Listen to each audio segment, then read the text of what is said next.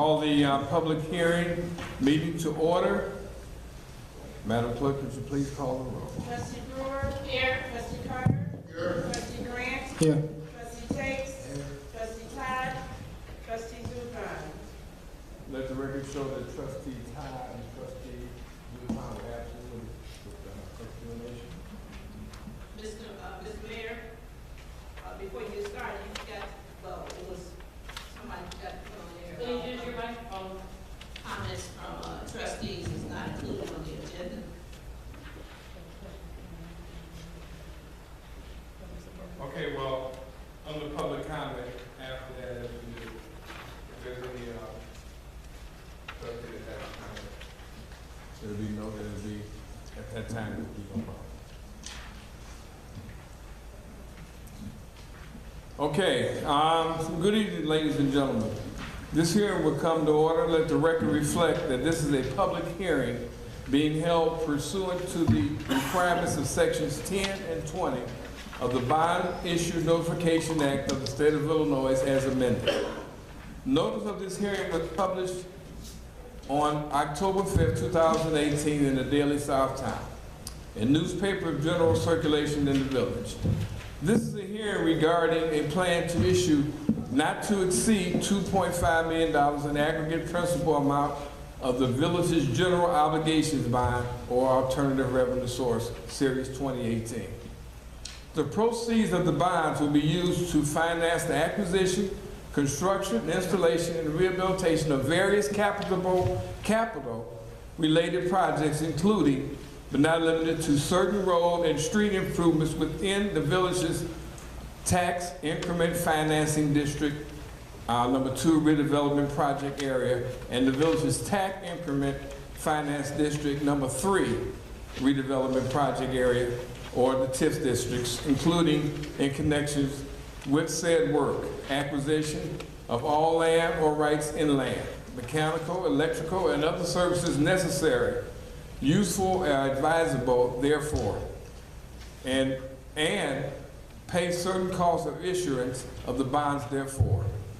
The bonds will be issued by the village in accordance with the provisions of Section 15 of the Local Government Debt Reform Act of the State of Illinois as amended, and shall constitute a general obligation of the village payable from increment taxes derived from the TIF districts and such other funds legally available and appropriated therefore, and ad valorem taxes of the village, for which its full faith and credit have been irrevocably pledged, unlimited as a rate or amount. The public hearing is required by the sections 10 and 20 of the Bond Issue Notification Act of the State of Illinois as amended. At the time and place set for the public hearing, residents, taxpayers, and other interested persons will be given an opportunity to express their views for or against the proposed planning of financing, the issuance of the bonds, and the purpose of the issuance of the bonds.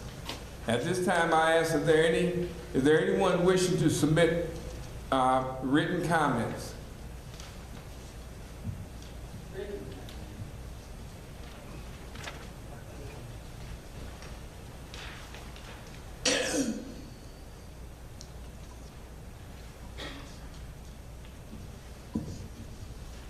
Are there any residents, taxpayers, or other interested persons attending the hearing and desiring an opportunity to express their views for or against the proposed bonds to please stand so that they have the opportunity to make the comments or statements?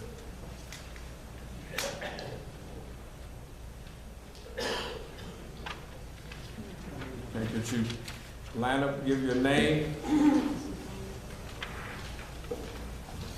Judy Cass.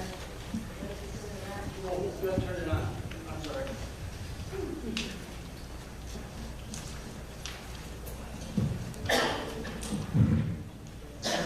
Judy Caster.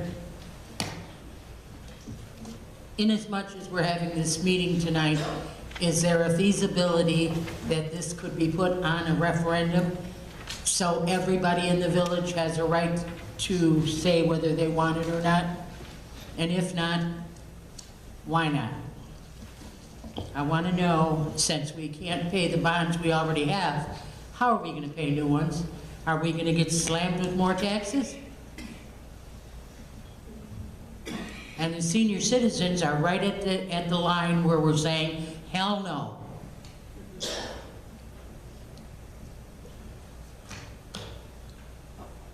That's it. Okay, first of all, as was explained before, the bonds will be paid through the TIF, not the taxpayers. The TIF itself will pay the bonds, any costs that are incurred from getting the bonds, anything that has to be done related to the bonds will be paid through the TIF itself. So there's no cost to the residents, there's no levy of taxes, anything like that.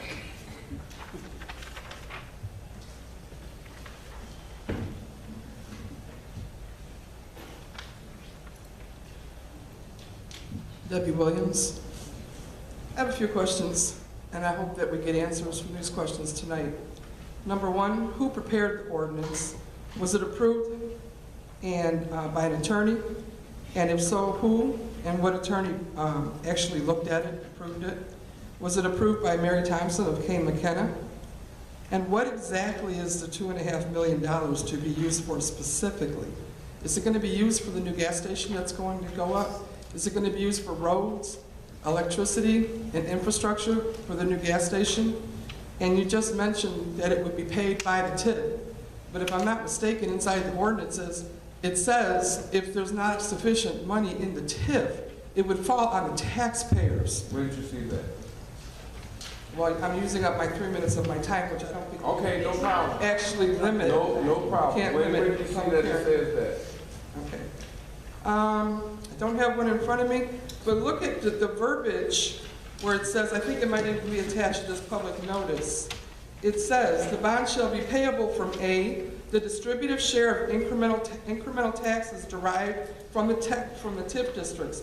B, such other funds legally available and appropriated therefore. And C, ad valorem taxes of the village for which its full faith and credit have been irrevocably pledged, unlimited as to the rate thereof. Now, does this or does this not mean the taxes from the village will have, meaning us, the taxpayers, will have to supply any additional funds that the TIF itself does not generate? And if I'm wrong, please let me know I'm wrong. Because we need to know if this is going to affect our tax bills. Because seniors are not covered under this type of tax increase. They're senior freeze, this does not apply to. But that's not my only questions, Mayor. I have a couple more, and perhaps you can answer all of them at the end.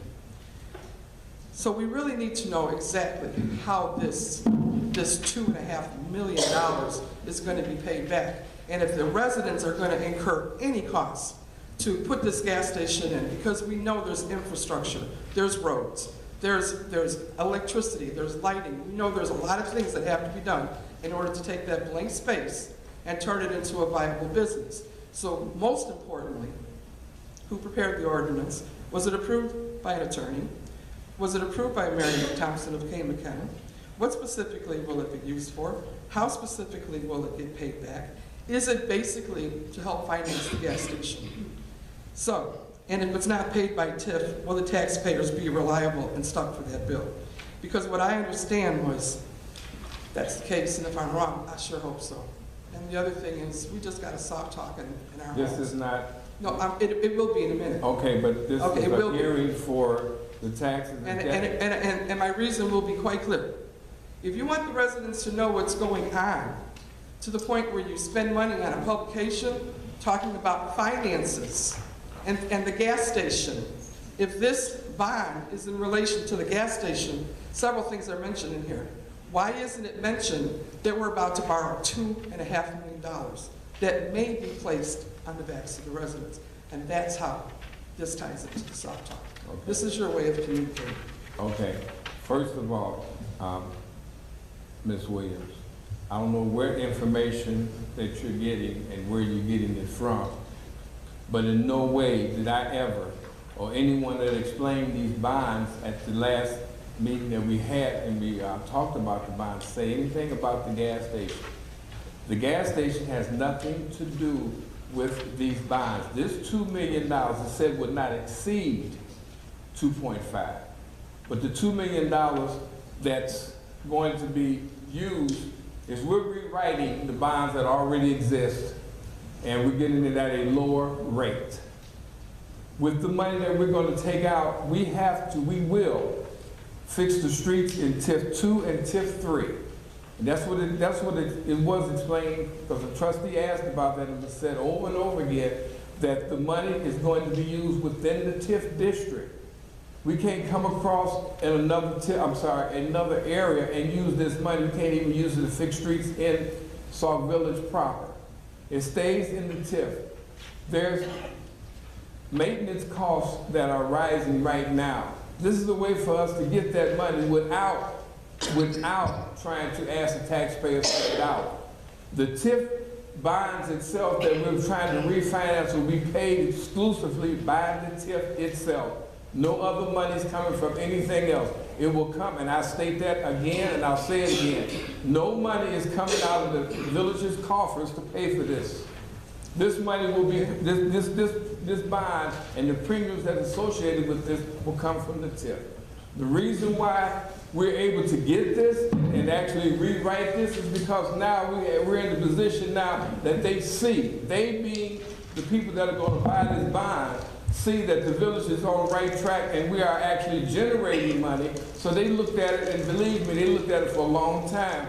Because years ago, as you know, we couldn't borrow this. We couldn't even refinance anything. We're able to not only refinance, but at a lower rate.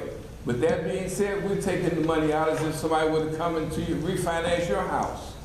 And if you wanted to refinance your house at a lower rate, and you wanted to pull money out to do something with your house, because they won't let you pay bills, but they won't let you go out and buy a car, because most places won't do that. That's basically what this is doing, allowing us, because at some point in time, the village owns their streets over there. We're going to have to pay to get them done. We're going to have to use whatever we have to use to make that happen. If not, then those owners and those building owners will come after the village and say, okay, this is your streets, fix them. We're able to, hopefully, if this goes through, we're able to take that money and do that only in those areas. That's it. I can't come over here and patch anything with that money. And I appreciate your answer. So I have that just raised a couple questions. The gas station was a theory, not a reality. You've cleared that up, and I appreciate that. But you just stated that the taxpayers will not be involved in having to repay this bond. You know, we've been burned before. When the village hall, yes, they when have. we took out a bond for the village hall, the taxpayers were not supposed to have to pay anything toward that bond. Yes, it was. Because we were going to have all these impact fees that was going to pay for that bond. But that's what happened, Mayor. You know it. No, it didn't. It did not pay for that bond. Debbie, that's exactly what I was saying. Right. Because you're absolutely right. It was told to us that if we do, and if it had been what they were trying to do at that time, the impact fee was supposed to be ongoing, and you're supposed to keep on building. But as you know, things happen, it didn't happen, so it falls back. This is different. This is a TIF. That was a bond taken out. This is TIF money. So every cost will come from that TIF. Out of that TIF, paid for by that TIF. Right now, we pay the bonds that were created to make that area possible. The DP partners at the time put all the infrastructure, streets, lights, everything, came back to the village at that time and said, okay, we got everything here, we're giving it to you, we want our money. Because the village at that time went into agreement and said, okay, if you do this, we'll give you your money. So the village didn't have the money. What did they do? They put a bond together. But it was an agreement that when they put this bond, that bond will be paid for by the TIF. And that bond has been paid for by the TIF. So what we're hopefully, with the gas station, as you say, hopefully we get some more money to go and infuse that TIF so we can continue to make that TIF grow so we can have more money to do other things. I'm just What if TIF does not have the money? Okay. What if? The lawyers, I'm going to try to answer your second question. Lawyers saw this, and they signed off on it. And who put this deal together? These gentlemen that are sitting right here, along with, that's Kane McKenna, which is Mary, and Mr. Charles Durham and Denise Miller. They're the ones that came and said, okay, you guys have a great opportunity if you want to do this to make this happen. It's not often that that comes along, but you have a great opportunity to do that because your TIF is doing so well, because they saw the payments. A lot of TIFs don't have the money to pay it back. We're doing well, and I'm hoping that we continue to do well so that TIF can be funded. And once it is funded, then hopefully we keep going. But no, there's no money in there. I'm sorry, there's nothing the village has to pay, not even the fee for filing, not even the fee for doing it. All that is paid for by the TIF. That's good information that could have been in the Sauk Talk, that would have helped the residents that don't understand TIFs, that don't understand bonds, and that don't understand how this is not going to impact them. What if the gas station decides to leave in 3 years? What if WinPAC, who just spent all this money to expand here, decides to relocate to another state or somewhere out of Sauk Village? We will not, just like we didn't get the impact fees when we took the bond out for this building, there's no guarantee that we're going to get the money from the TIF. So my question is, what if? What if the TIF cannot pay this bond? How long is this bond for? I'm not pessimistic like that. Well, I'm not either, but neither was Mayor Pacer when he built this building. Or Mayor Lincoln Mall closed in Right. Matson. They said, what if? What happened? What if they had to lay off half the force? So, but it was something they didn't think was going to happen. I'm telling you now that that money that's for that will come out of that TIF. That TIF has the money in there to pay those payments. So what if, I don't know how to answer that. I mean, what if this or what if that can happen? Yes, there's always a what if. You're absolutely right. There always is a what if. But I'm telling you that right now, that bond will be financed by the TIF. Okay, but again, I'm gonna leave the podium. You said the taxpayers will never be held responsible to pay back this As long as bond. that TIF is in existence? There we go. That's the what if. So if the TIF, not the TIF in existence, if the businesses within the TIF decide to leave Sauk Village The TIF is funded, through taxes, no, the TIF is funded. The businesses leave, the TIF is still funded. okay, we're gonna hold you to that. Thank You might not be here when it happens, but that what if may happen, because I'm sure when they built this building, nobody asked what if, and we all got stuck with the bill. But thank you for answering my questions, I appreciate it.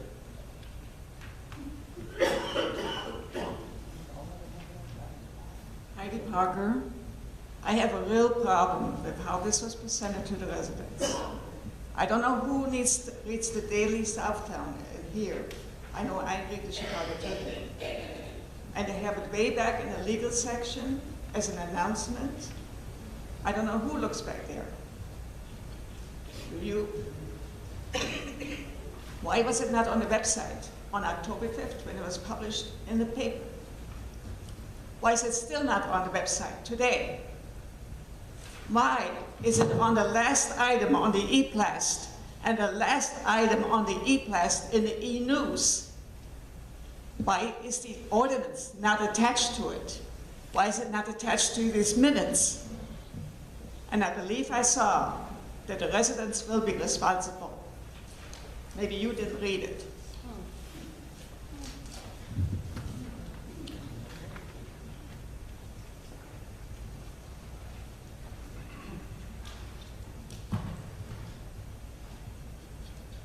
Bernadine Hopkins. I'd like to know, what does the term, I guess it's A-G-G-R-E-G-A-T-E, is that aggregate, or what is that? What does that mean? Aggregate? Could that be the term? What? I'm trying to find out what this word means. It's in your, it's in this notice, and I happen to want to know what the definition or something is regarding that word. Let me see if I could maybe put it in a sentence, because it goes aggregate principal amount.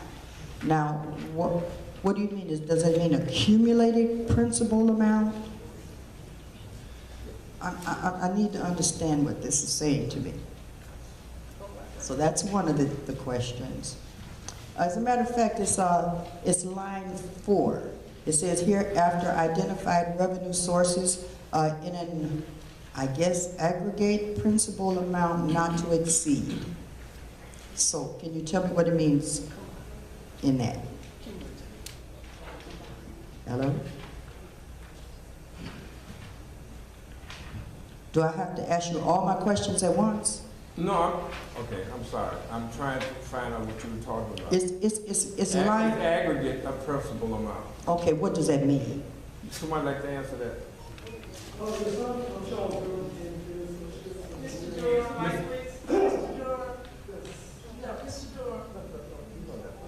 Yeah, you can, yeah.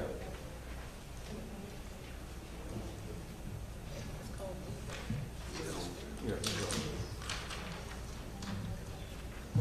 Just pull it out. Yes, my name is Charles Durham of the firm of Cambridge Associates. We are the village's the word aggregate in that context just means total, the total. So instead of aggregate, if you said the total, and the total amount of 2.5 million, that would essentially be the same thing. Thank you. Okay, the next one is, what does bearing interest per annum? I mean, sis, I got you. Is that right? Yeah, that's line 5. It's used in line 5. Let me see, it says 2.5 in bearing interest per annum at not to exceed the maximum rate authorized. What does that mean? That's the maximum interest rate per year. Yearly? Okay. Interest rate per year. Okay. Thank you again. All right, now, let me see. Okay, my question is this, Mr. Mayor. If interest is applied at the time bonds will be sold, let's say around now, does anyone know what the present interest rate is now? I would hope that since that's a basis, I'm assuming for what your payment ratio would be. So are you aware of what the interest rate would be? Because generally with things like this, if I'm not mistaken, the interest is paid before the actual principal. So it's kind of important that you know, or we know what the, what the interest rate would be right now. Okay, in bonds like this, generally speaking, interest and principal are paid each year at the same time. The interest rate estimated for these bonds, and with me tonight is Mr. Bob Bell, who's with Bernardi Securities. They're going to be the underwriters for the bond issue, but the estimated... Wait. Did you say the interest and the principal will be paid simultaneously? Generally speaking, on an annual basis, interest and principal are paid at the same time, each year. The estimated interest rate for these bonds is going to be somewhere in the neighborhood of about 3.5%. So all we're saying with this action is that under those circumstances, will the interest rate exceed 5%? We expect it's going to be in the neighborhood of 3.5%. Okay. Again, since I got you, you said you expect. Now, is there any cap, any guarantee that it will not exceed 5.5 or 5 point, whatever you just said? There's going to be an absolute guarantee it won't exceed 5% because when the village board passes an ordinance which authorizes those bonds, it's going to say the interest rate shall not exceed 5%. If we come back and it's 5.1%, then the village board can reject it.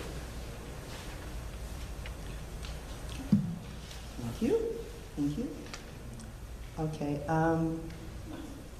sorry, I got a lot of questions.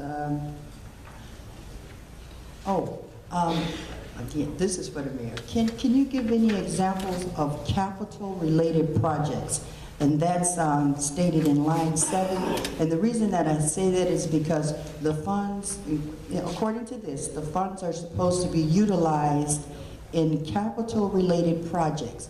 That is very vague.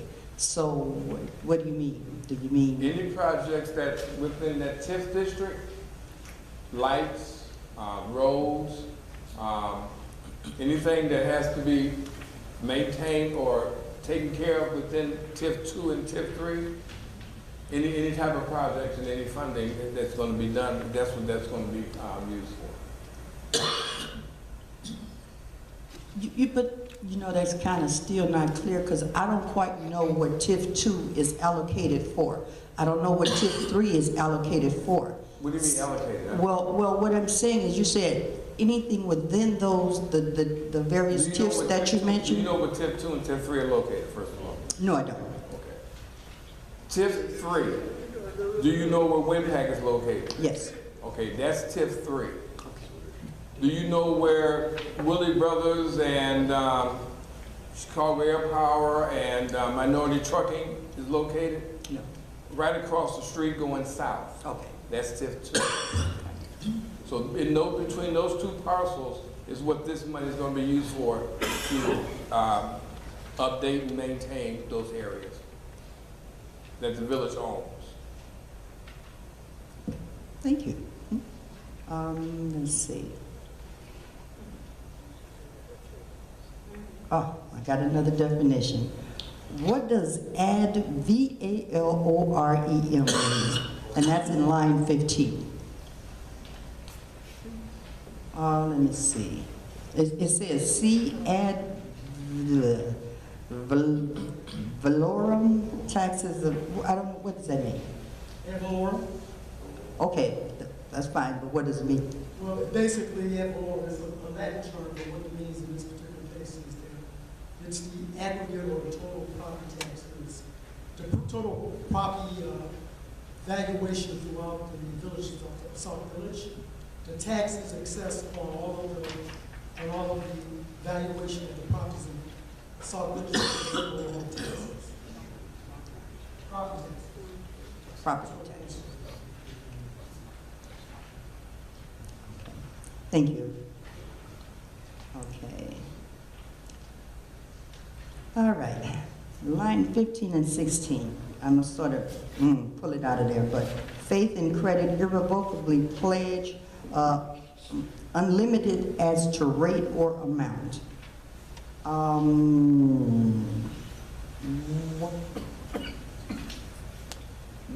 What do you mean? What do you mean by that, by that statement? Irrevocably pledged.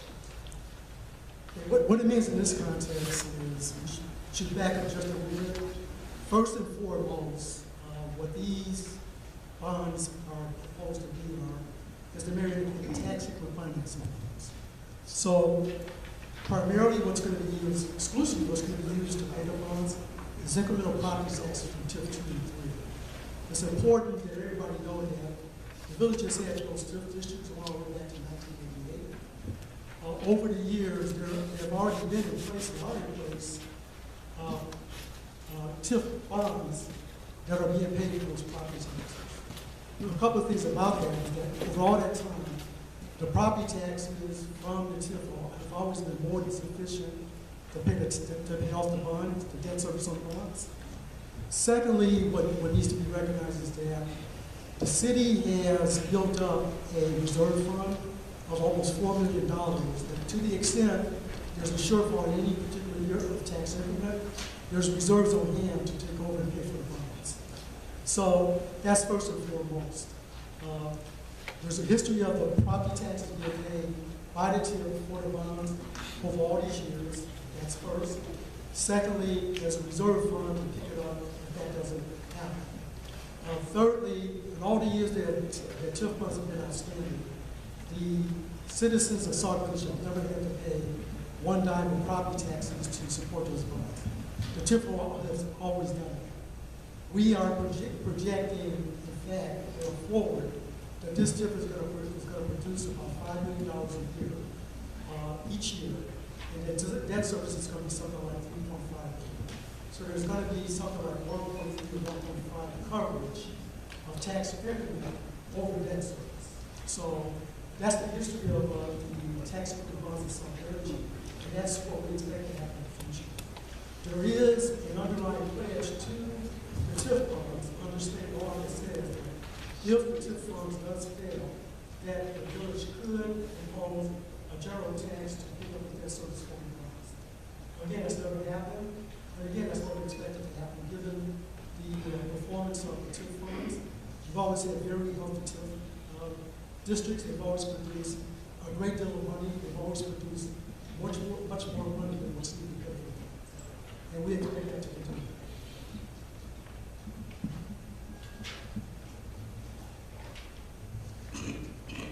Excuse me, I'm sorry about that. Okay.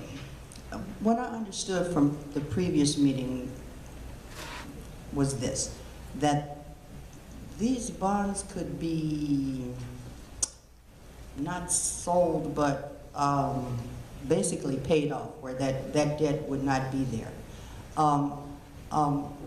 May I ask why incur this possibility of throwing the village into a lurch should that TIF fail? Hope not, but should it fail? What I'm saying to you is this: why risk that when you have, and I'm gonna quote you, what did you say about $4 million? You have access to that. Why not utilize those monies versus creating a debt that could possibly get us in some trouble later on? I don't understand that. First and foremost, that reserve can only be used to pay the debt service on the bonds. It cannot be used to pay for the improvements we're talking about. Say that last part. So the reserve funds can only be used to pay the debt service on the bonds to the extent that the TIF tax increment is not sufficient to pay the debt service. So far as I mentioned, the tax has always been there to pay it.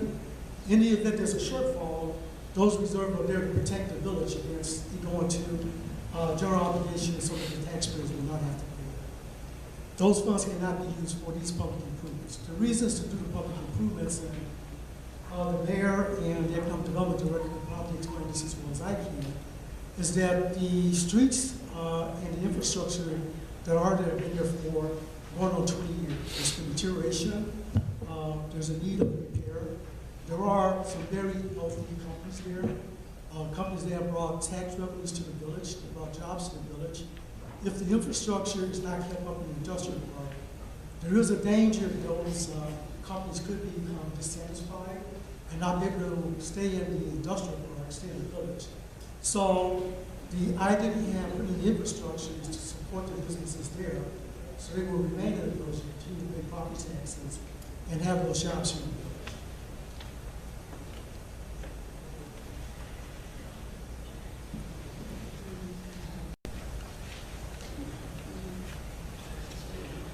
No, it's not. No, I got free reign. They shouldn't have never gave me that. Okay. Okay, I understood what you said. And what bothers me about that is that I assume that the businesses were coming as a benefit to the community, not something that we would possibly be burdened with, meaning that should they not be satisfied, they may leave and roll to Sauk Village. That is not what I had believed the businesses coming was about. The other thing is that I'm assuming that the businesses that are coming are contributing something to the what do you call it, the building or whatever. So I don't quite get what you're. Yeah, I'm sorry, I don't mean to confuse you. The businesses that are there because Sauk Village is good community. Well, Sauk Village is up against some stark competition when it comes to Will County, Indiana, etc. What the taxman financing does is provides the village with a tool, resources to attract those businesses into Sauk Village so that they stay in Sauk Village as opposed to going to those other communities. The beautiful thing about taxman financing is that once those companies come, they pay property taxes. Those property taxes become the incremental revenues, and so those property taxes being generated from those businesses are the very tax increments that's being used to pay for the public improvements. So in that respect, the businesses are paying for themselves, the improvements are self-supported, the businesses are self-supported with respect to these improvements going in. The problem with not maintaining the streets, the water, the sewer, the infrastructure within any industrial park, not just Sauk Village, is that poor conditions within a industrial park could put pressure on Sauk Village to continue to compete against Will County, Indiana, etc. So the TIF allows Sauk Village to play on an even playing field so that it can compete for those businesses, get those businesses here, and make sure they stay here. And that's what this proposed bond issue is proposed to do, is to put improvements to make sure that they stay in a position to remain in those industrial parks and continue to do a good thing for the village. Okay, and the last question is this. What is the bond service fee? What is the bond service fee? I wasn't clear about what that is, how that goes, because I thought it was some percentage of the cost of the bond or the sale of the bond. I'm not sure. But what is the bond service fee? A bond service, No, how much? How Okay. much? I'm not sure about a bond service fee. There are costs, there are expenses to the village to issue the bonds. We generally refer to those as cost of issuance. So in this case, we estimate that the cost of issuance are going to be somewhere in the neighborhood of $62,000 to $80,000. One time or? One time, and the proceeds of the bonds are going to be used to pay those fees. So once again, the bonds are self-supporting. They're going to pay for themselves with respect to those expenses. All right. Thank you very much. Thank you.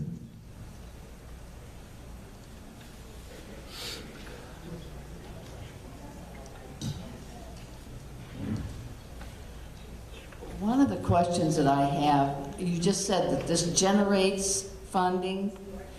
That funding that it is generating cannot be touched, is that correct?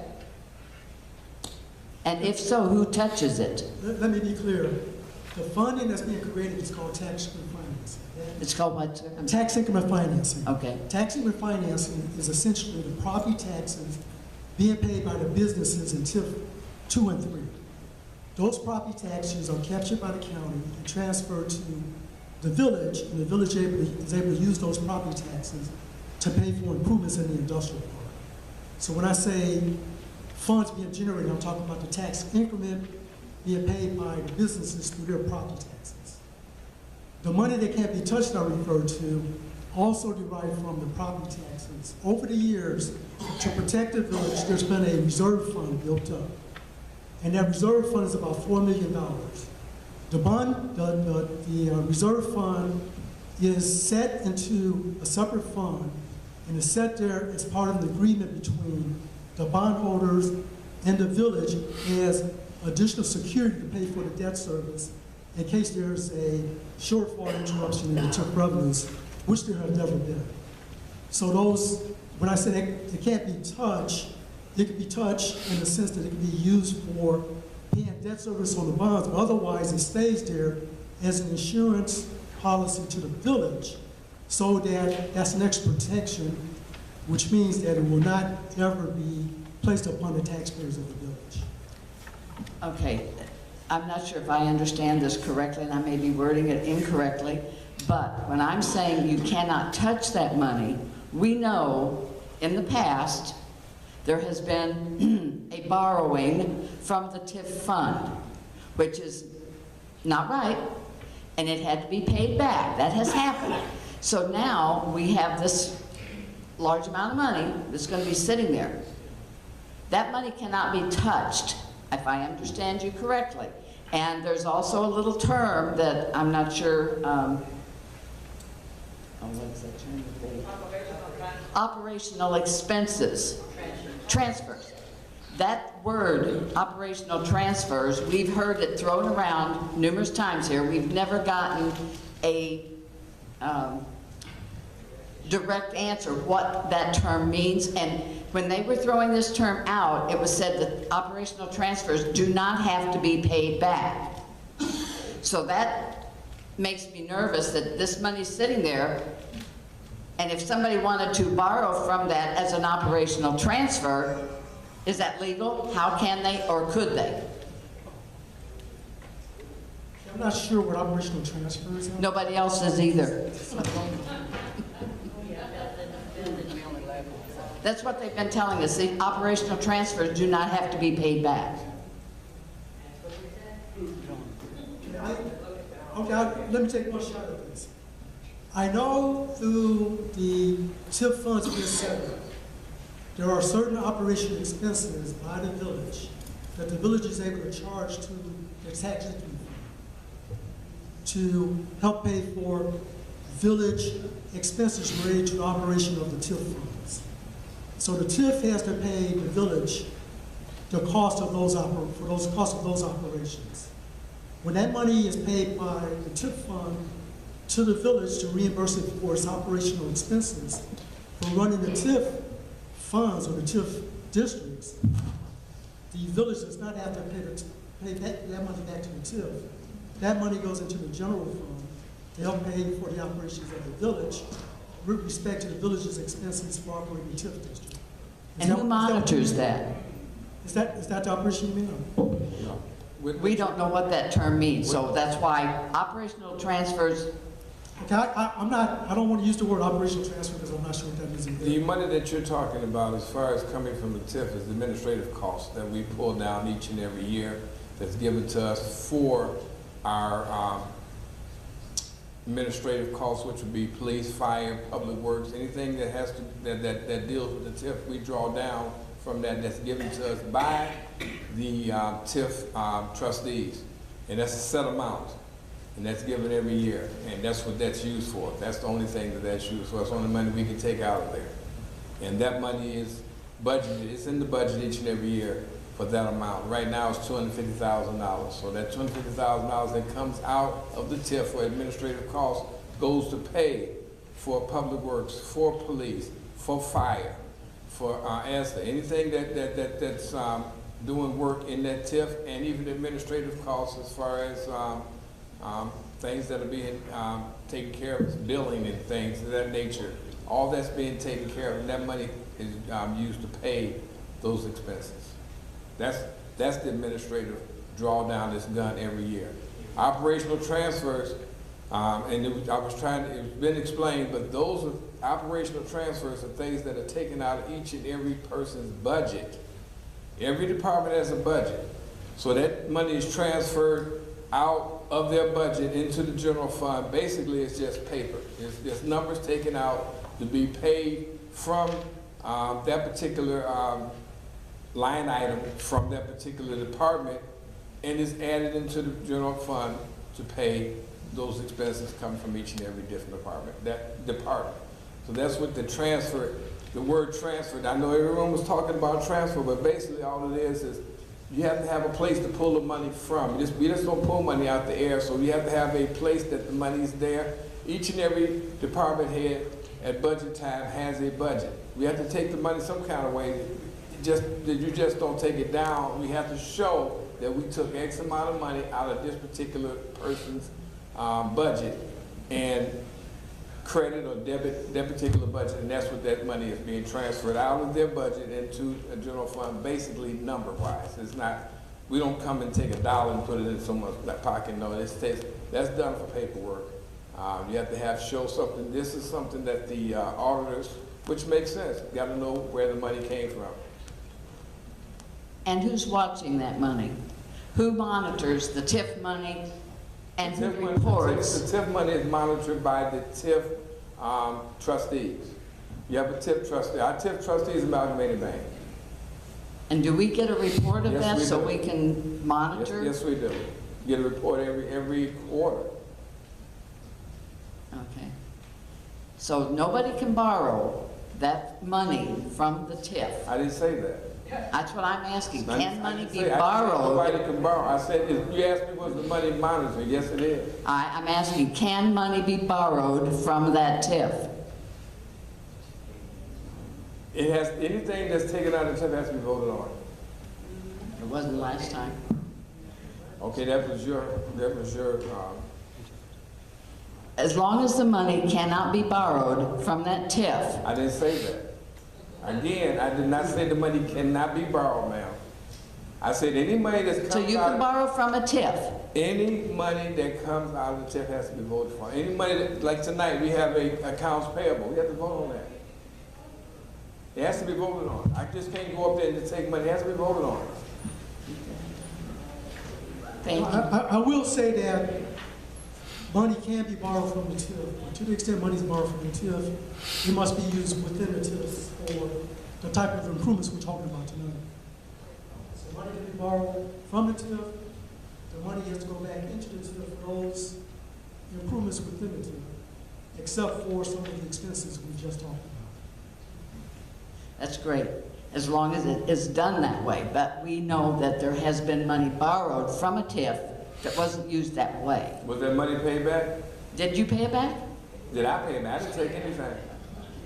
I didn't Was take it anything. paid back? If I took something right now, I would Someone be, borrowed from the TIF. I'm just, that's what I'm trying to tell you. You're saying, you're making an accusation. I want to know, was it paid back? There is, It was paid back, the that's all. board. You can ask the board, was the money voted out? That's why I don't take questions. Anybody in that? Any trustee have any questions? I have a couple of questions and comments. Please use your mic. I'm sorry. Now, I'm asking questions because I don't know. TIF is a difficult subject for anybody to understand.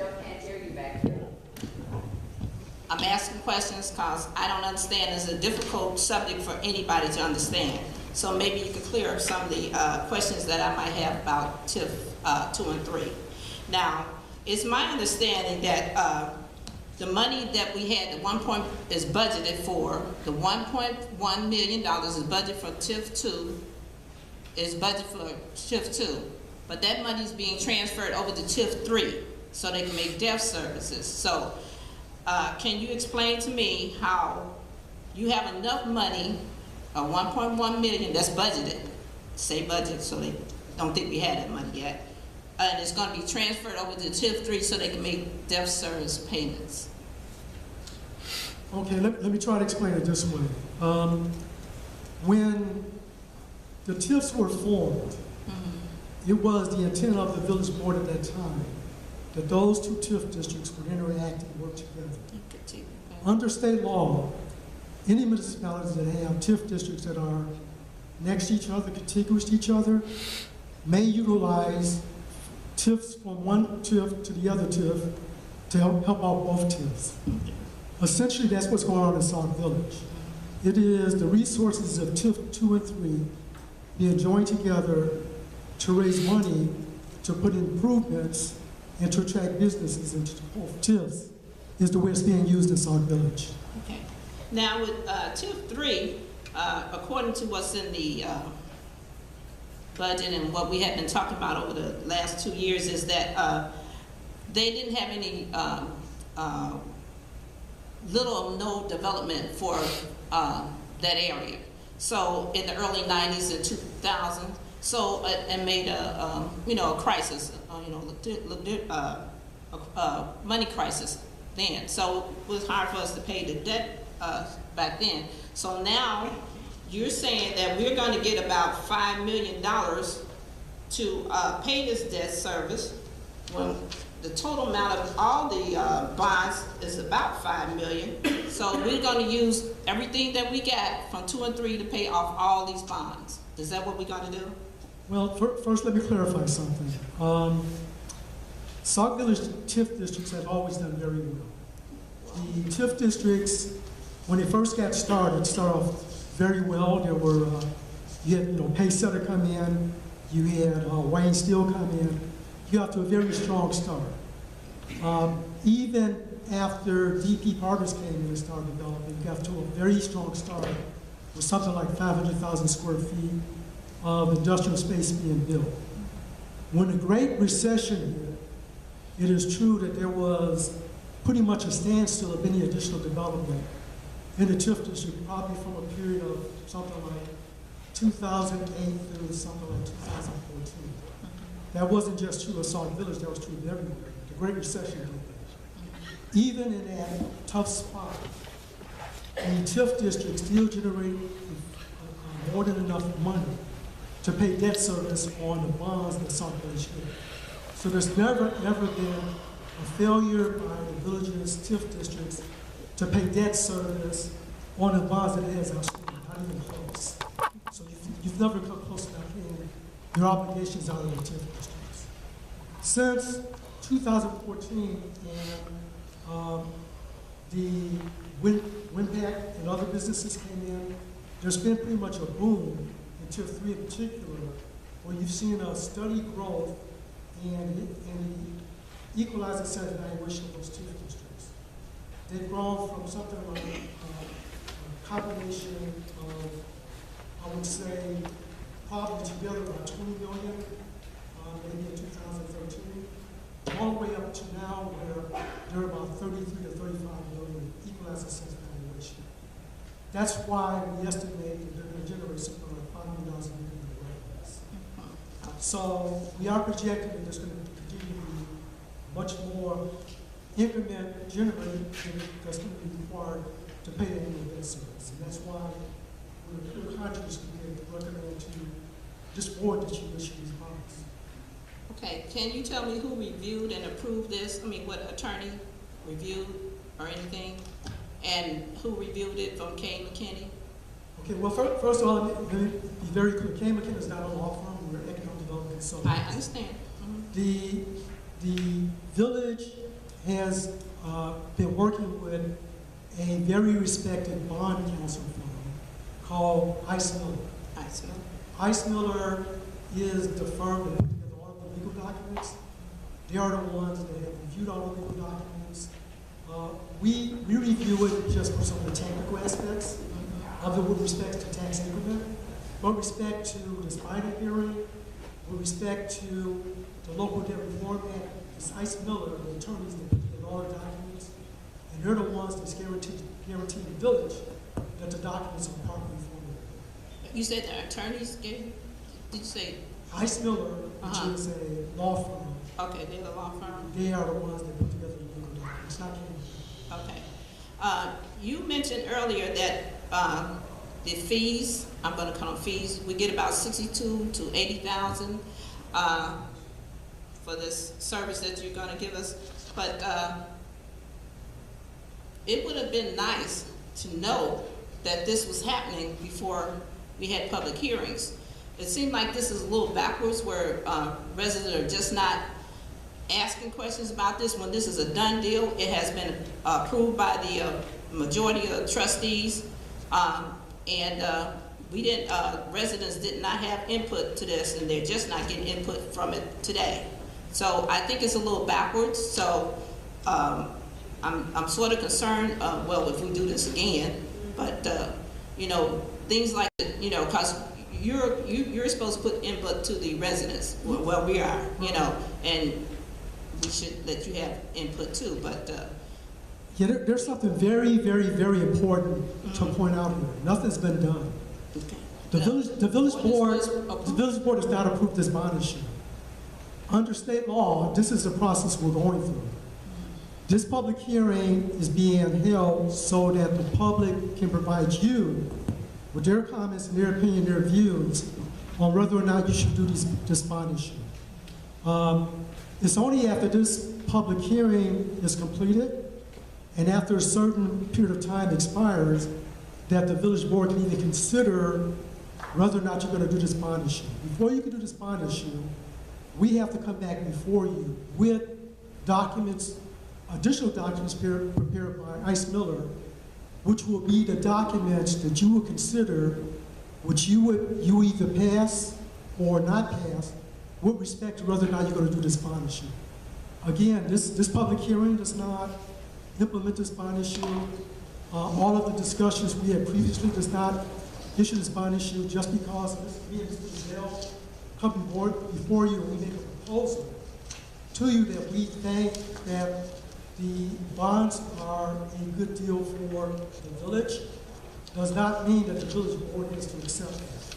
The village board has to be convinced that the bonds are something that are in the best interest of the village before you pass an ordinance to approve it. That will not be placed before you for at least another couple of weeks at the ordinance. So tonight is not an action against the bonds. Mr. Mayor, I have a question. We didn't, the ordinance was not passed for this? There was no ordinance Okay. created. There was a resolution passed Resolution. setting this public hearing. But the set of this public hearing is not the approval of the bonds. It's for discussion, so you can. It's a discussion, right. I still think it should have been done. But the action before was just to set this public hearing. Right, oh, okay. I still think it should have been done, okay, before. That's my opinion on it, you know. But,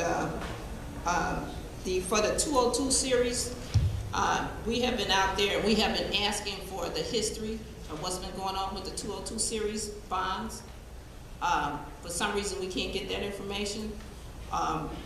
And I think it would be good for us, not only the trustees and the residents too, to know what's been going on for the last 2 years with the 202 series bonds. And we haven't been able to get that information forward. So I would like, I understand what, you know, your total, but we need to get our information from us on what's been going on and playing on, huh? The 202 bonds, the 2002 bonds were issued in 2002. The 2002 bonds were used to refund some 1994 bonds, which were issued by the village to buy land in TIF number 3. So there were $10 million worth of bonds that were issued in 1994. Those were taxable bonds. In 2002, the village board issued additional bonds to refund those 1994 bonds were tax exempt bonds, so that the village could achieve a lower interest rate to lower the debt service on those bonds, to make them more affordable in the future. So the 2002 bonds were issued for that purpose. Okay, so you'll be able to give us that itemized information, right? Yeah. Okay, well, that's all we need to take a look at it, and it would be helpful, you know, when we try to make an informed decision about what's going on with a $2.5 million investment, up to a $2.5 million investment. The $2.5 million bonds, if you issue, will be the 2018 bonds. Okay, but still we need the itemized information. Right, So there's we the can 2018 A bond, which is the 2.5 million we're talking about. yeah, We're also proposing that you consider the 2018 B bonds, which would be a refunding of the 2002 A bonds that are going to be issued for the same purpose, which would be to lower the interest on the 2002 bond to make the debt service less to create a savings for the village. well, you know, I understand what you said about savings, and that we might save something, but you got to understand that residents, longtime residents, has been a lot longer than I have. They have been burned 2 or 3 times with this bond issue stuff.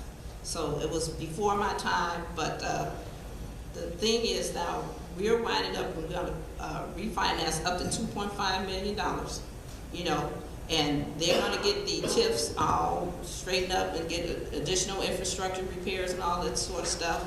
And in the budget, it says that we had a crisis in the early 90s and 2000, and there's really hasn't been any improvements during that for that TIF. So that's why we're sort of skeptical, if you can follow my mind, because the money's not there, the development is not there, and yet you want us to put $2.5 million into something in hopes that we get it. I'm just saying, I'll be skeptical about that one. I understand the concern, but I'll stand behind this. The TIF districts have always produced money, even during those hard years, even during the Great Recession, when there was no development going on. The businesses that were there continued to pay their property taxes.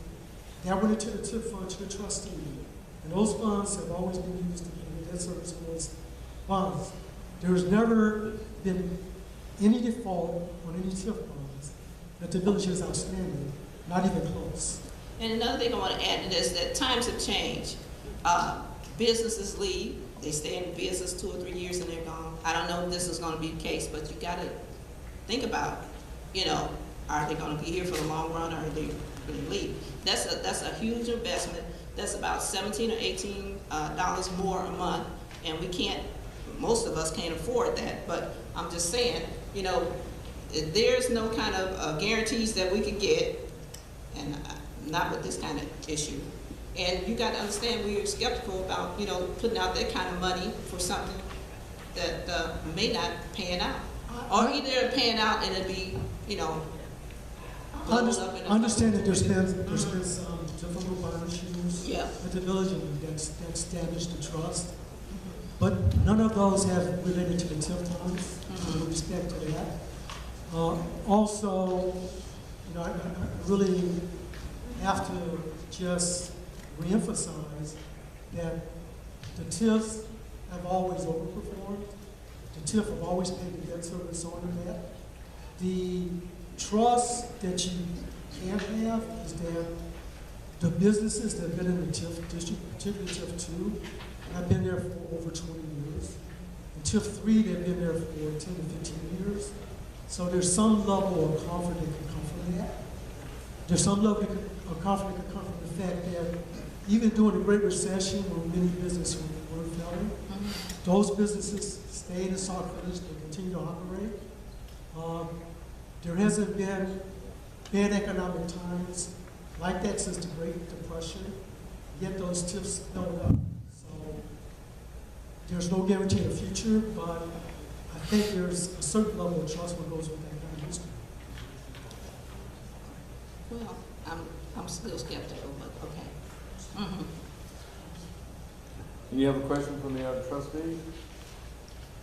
Okay, this concludes the public hearing regarding the plan to issue not to exceed 2.5 in aggregate principal amount. Let the record show that this hearing was concluded at 8:03 p.m., October 23rd.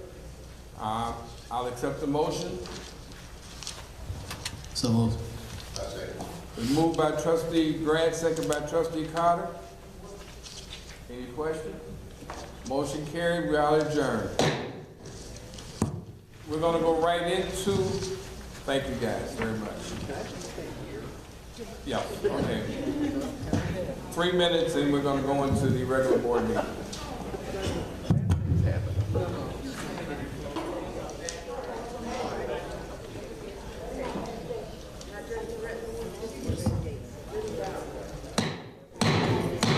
Stand for the pledges of allegiance. I pledge allegiance to the flag of the United States of America and to the republic for which it stands, one nation, under God, indivisible, with liberty and justice for all. Madam Clerk, would you please call the roll? Trustee Brewer? Here. Trustee Carter? Here. Trustee Grant? Here. Trustee Tate? Here. Trustee Todd? Trustee Zupan? Item number 4, approval of minutes. First, I will accept a motion to approve the minutes for the board meeting of July 10th, 2018. Are there any corrections before that motion is made? Got a comment. Okay. Good. You got it. Did she? You ready? Oh, okay, you're not, that's why I'm saying thing. Okay, and I'm sorry, you said July 10th? Yep. Okay, I'm sorry, I'm not on July 10th yet.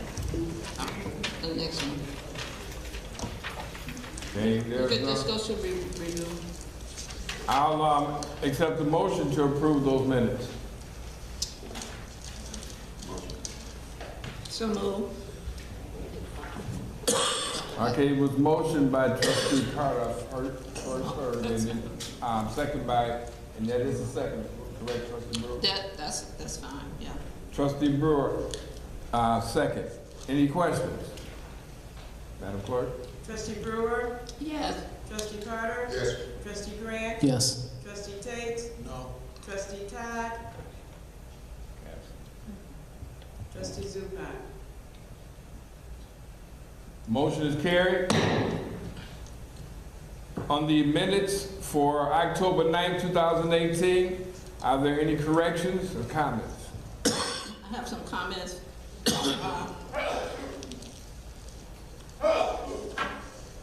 For October 9th, I requested that the comments be added to the minutes for October 9th, they weren't. I also asked that the removal of the 3 vendors, and it was not even addressed in the minutes for October 9th. So, like that referred to in the minutes, and also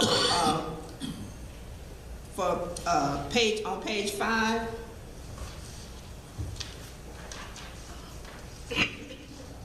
for under public service,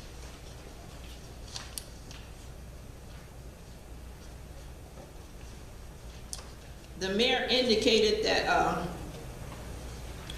he gave me some information, and he said that information was responded to, and I, of course, responded to him and said no information was provided, and that was not included in the comments for October 9th. Anything else? That's all for October 9th.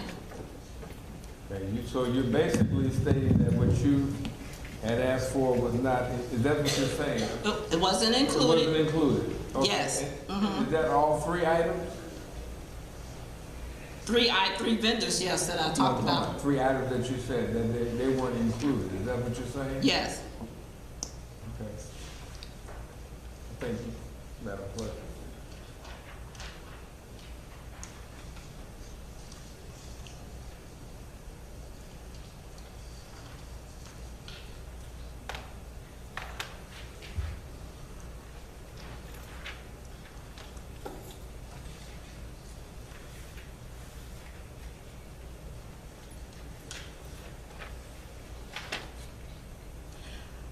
Mr. Mayor, may I speak to the minutes, please? Sure. According to Robert Rules of Law of Order and Parliamentary Procedures, minutes are supposed to have the following. They're supposed to state the date of the meeting, the location of the meeting, and action items. They are not supposed to be verbatim. However, I do make every attempt, as I know the trustees like things for the record, and typically I include as much as I can. Trustee Brewer talked with me explicitly about having the items, and if she was to look under new business, when we talked, she would see written there under comments and questions the items that she asked to be removed from accounts payable. It is the 3 items that was asked to be removed. You asked for Lap to be removed, Kane McKenna to be removed, and Dr. Strader, and it's there in black and white, trustee. So where's the actual comment that I gave, a comment I wrote up? Trustee, I am not going to ever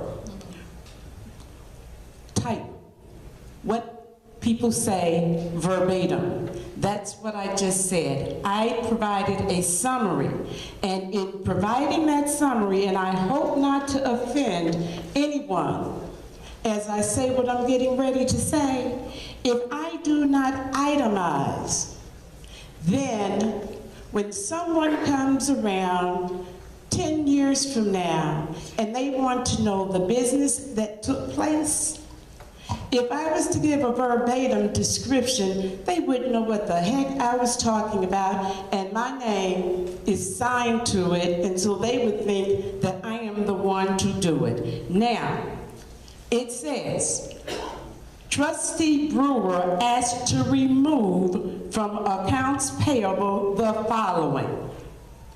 Dot point 1, the 4 invoices of Dr. Strader. Point 2, the salary for Judy Suckling, as her employment and appointment had not been approved by the board. Heights and Lap, Kane and McKenna. Those are the things that you asked to remove. I am never, ever, hear that, going to say every everything that you say when you talk. There's no way that it will be able to be comprehended, and a lot of it is redundant. So I think to word it the way I did, the major point that you made, you wanted those items off of accounts payable. You asked for it to be in the record, it's there. That was the premise of what you wanted. You wanted them off. I'm finished. Thank you for that information, Village Clerk, but I also asked for my comments, my written comments that I gave to be added to the minutes.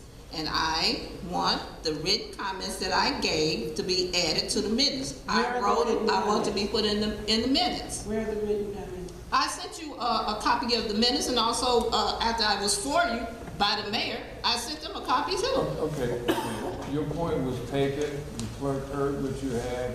We're not gonna go keep on back debating. I mean, excuse me?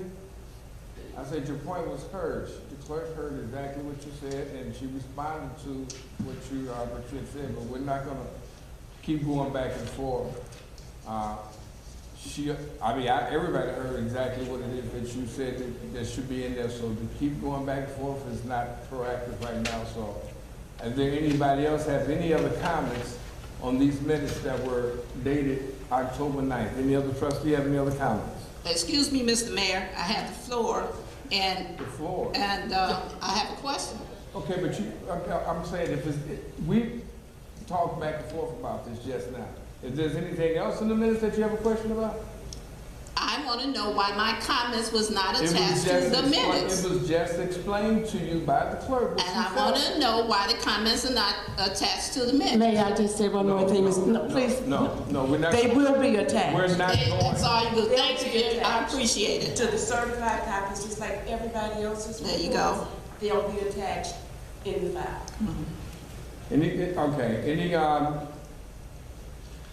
I'll entertain a motion for the meeting minutes, October 9th, 2018. I'll entertain a motion. So moved. Second. Moved by trustee Grant, second by trustee Carter. Any questions? You didn't put corrections. I didn't make the motion. If they wanted to make the correction, the trustee that made the motion would have said with the necessary corrections. Madam Clerk, please call the roll. Trustee Brewer. No. Trustee Carter. Yes. Trustee Grant. Yes. Trustee Tate. Yes. Motion is carried. Are there any questions in regards to the whole meeting minutes dated October 16, 2018? Are there any questions on those minutes? On page 1, dated October 16th, I do believe on page 1 it should be 221st Street. It has 225th Street.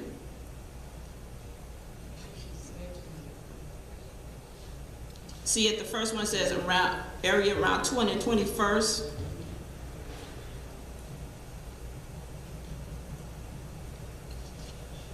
It's the area around 221st too.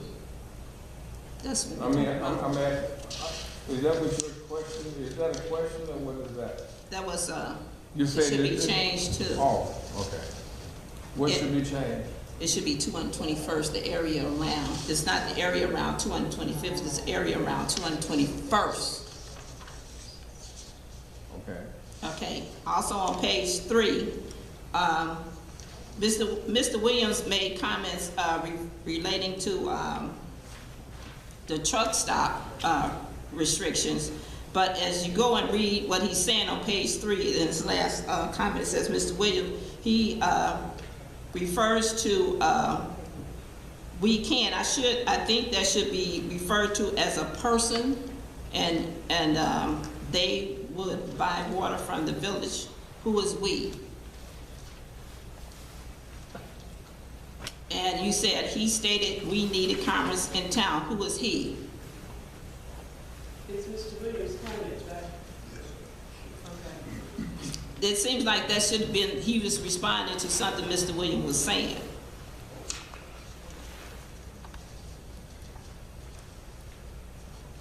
He informed the trustees during the process. And any other comments, any other questions on these minutes? I'd just like to know, is it what he's intended, who is he, and what is this referring to? Who is he? Who is the person he's referring to? Who is Mr. Williams? Excuse me, we're not gonna do My that. last name, and I know it. We're not gonna do that. Excuse me, we're not gonna blurt out in the audience. I appreciate that, thank you.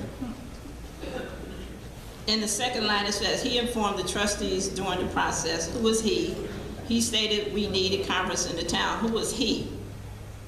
It sounds like he's talking about somebody or he's responding to something. I'm not quite sure what that means. I understand. You understand? Okay.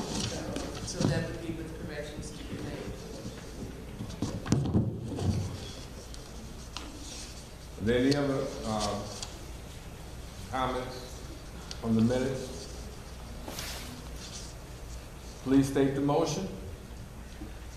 I'll entertain a motion. A motion to approve it with corrections.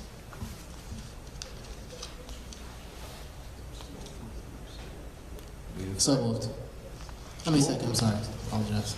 Moved by trustee Brewer that the motion, that the minutes be approved with the necessary corrections that were just mentioned, and second by trustee Grant. Any other questions? Madam Clerk? Trustee Grant? Yes. Trustee Tate? Yes. Trustee Todd? Trustee Zupan? Trustee Brewer? Yes. Trustee Carter? Motion is carried. Public comment. All questions and comments must be directed to the mayor. Each speaker may comment on any matter pertaining to the business of Sauk Village. Each speaker is allowed one opportunity to speak for up to 3 minutes and may not engage in debate, counter replies, rebuttals, or person. Please state your name. Mary Escobedo. I'm here again to talk about social media, because obviously you're not doing nothing. You're not paying attention to the residents as you should be, because they elected you to look out for them, which you're not doing. Neither are your 4 bobbleheads. Yeah, you. I thought we said we weren't Yeah. going to vote. We're not going to go okay. personal. Because excuse me, just Bobbleheads, yes, Excuse me. okay. Now, so I'm gonna continue talking because you're talking on my 3 minutes. Okay, well, you're And I'm talking about social media. Your 3 And you minutes let is your going to goons go out there on social media Your and 3 write about the minutes is going residents, to stop. but it's not okay for the residents to stand up here and tell you about it. Your 3 minutes is going to stop. We're going to start back over to 3 minutes. As I stated before, if you're going to come up to the mic, Okay, do my 3 minutes start now? Because you No. want to debate, and you said no I'm not- debating, I'm- no going back and forth. So why are you going back and forth?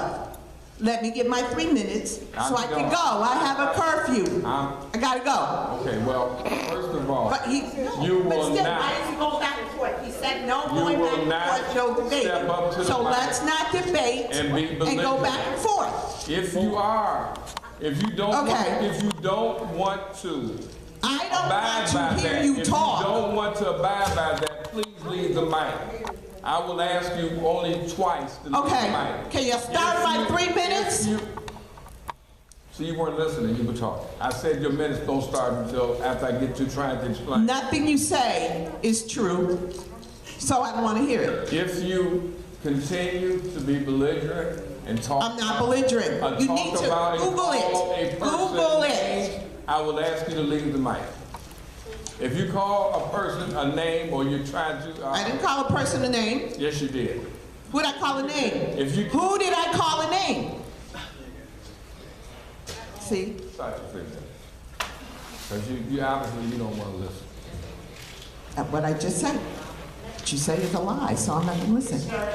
Mary Escobedo, I'm here to talk about social media. As I said, you were given an ordinance and you're not following it. Joe Wizawati should have been dismissed. He should be gone because he's out there still continuing to do all that silly stuff that he does along with your wife and your daughter. Your daughter has called me and my daughter so many MFers, I'm not sure which MFer I am anymore. So again, you need to do something about it, and I will be here every week to talk about it until you do something. And you can sit there and look at me with that dumb look, but still, you are supposed to be the leader, and you are not the leader. You are being led by Joe Wizawati and your wife, who are sitting up here doing what, telling you what to do. And obviously, you're not too bright. You're not a leader. You should not be doing. You should not be the mayor because you're not a leader. Please leave the mic. Thank you. Thank you. Forget you all. You too. Your mama. Please come on. That's the way the mayor's wife talks, along with somebody's wife. Somebody's wife. Please, yes ma'am. State your name. Kathy Betcher. About 2 weeks ago, I came up to the village hall. Hold on a minute, I can't hear you.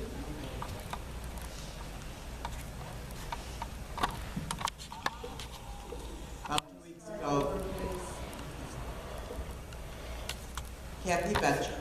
About 2 weeks ago, I came up to the village hall and looking to talk to somebody about a home on 21st where they were evicted. They were evicted and all this crap, is out on the lawn. I could not find anybody to talk to except for Joe, and nothing has been done. There is stuff, I'll use that word, strewn all over the front of that house. It's not only an eyesore, it's a health hazard.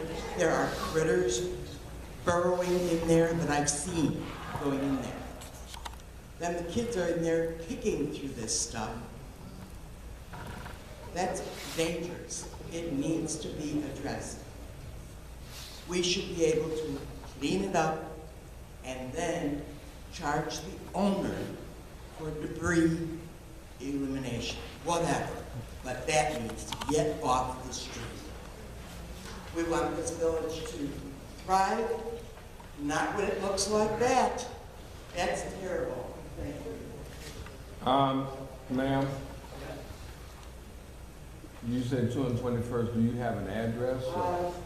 19, somebody's on 221st in Clyde. 221st and who? Clyde. It's right on the end. Okay, and you said as of today it still hasn't been, it's still, okay, I just asked. Okay, thank you. Okay.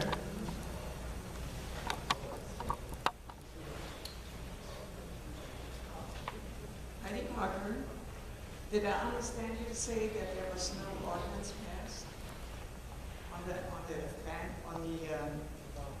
the bonds? No, there isn't. We haven't voted on anything else now. I think it was passed on the 25th of September. I'm sorry. It was voted on the 25th of September. There's a copy here, although it does not say the date, the exact date. It says the 25th of 2018. It's ordinance number 18015.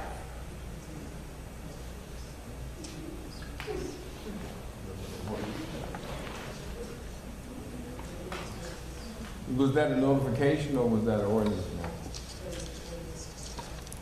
It's Right. an ordinance authorizing the issuance of general obligation bonds.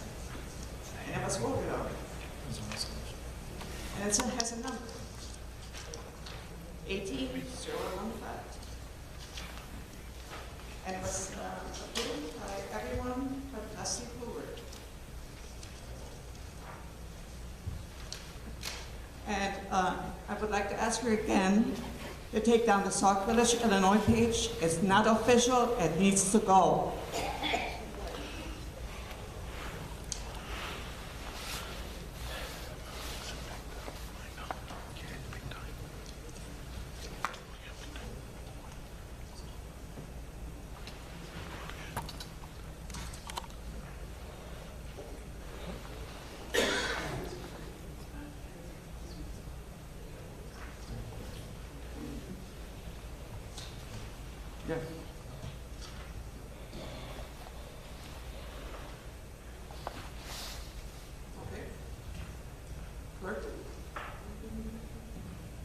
asked Clerk Martin Campbell Pruitt to pass out some pictures.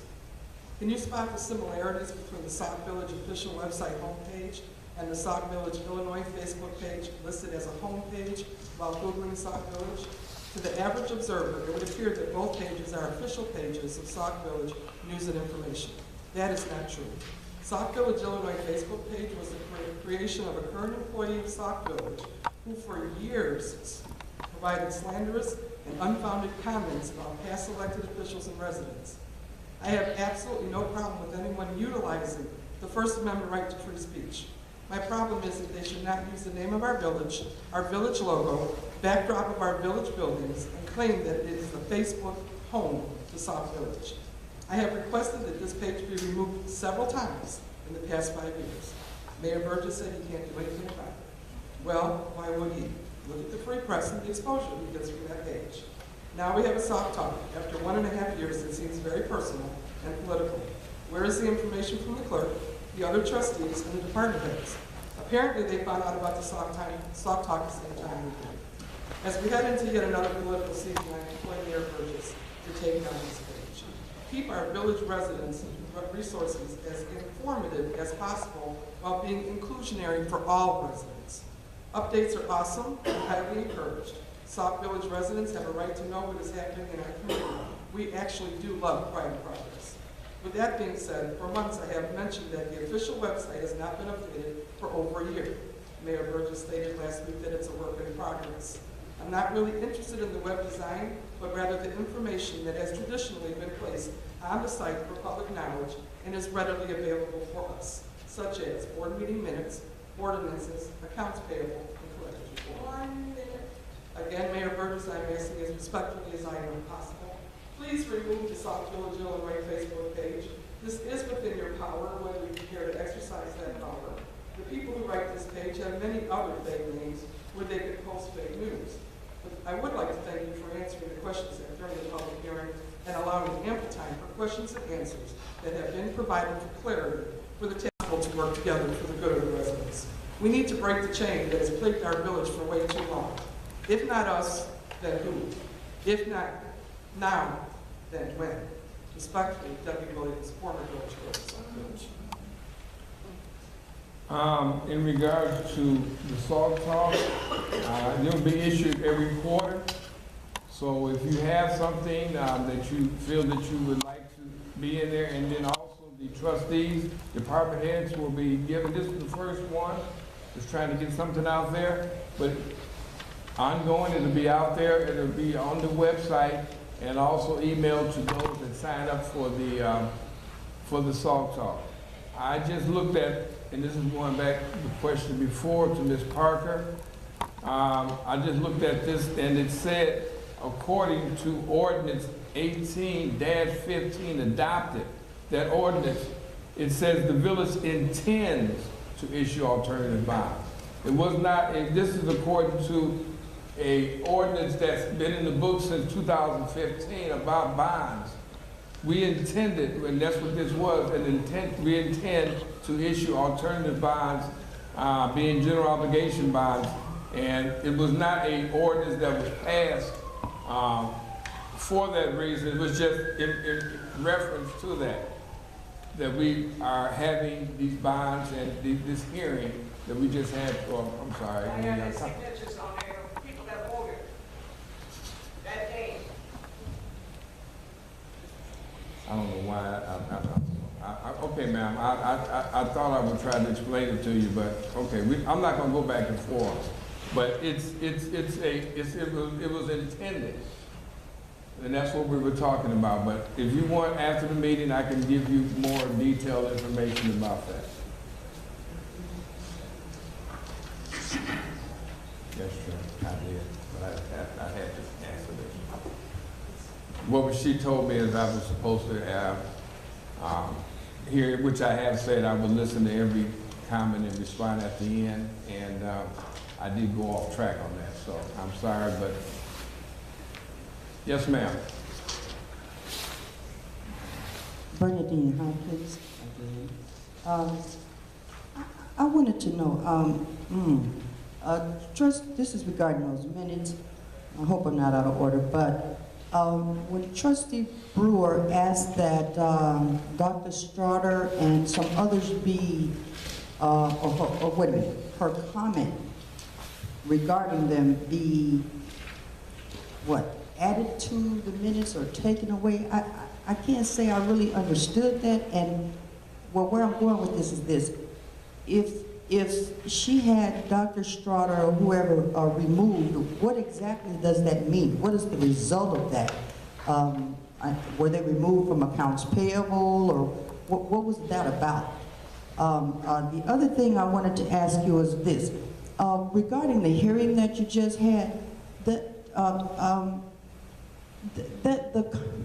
area where the public comment was, it sort of eluded that we could only speak one time and so on and so forth. And is that the way a hearing is conducted? I understand you can conduct the village hall meetings that way, but a hearing, shouldn't the public be allowed to ask as many questions as they would like?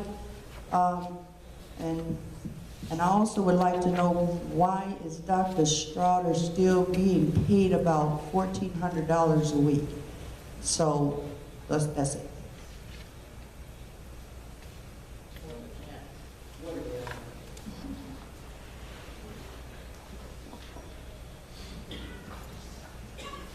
That's it.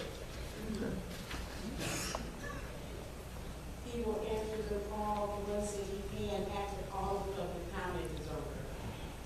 He started that about a month ago. Oh, that's why we have been looking at each other like that. Okay, got you. All right.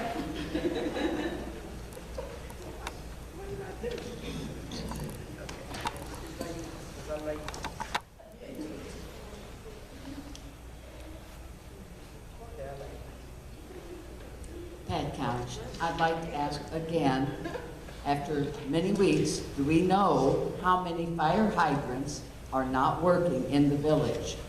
This affects all the residents. It could affect your insurance if we find out that fire hydrants are not properly working. So could we ever get an answer for that?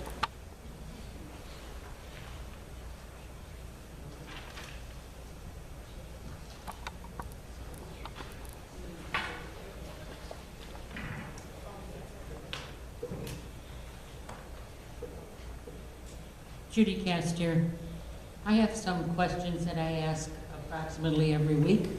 Some of them haven't been answered, so I'm going to continue asking them. I asked about an audit because you got rid of the financial director. And it's already been going around that money is not as it should be.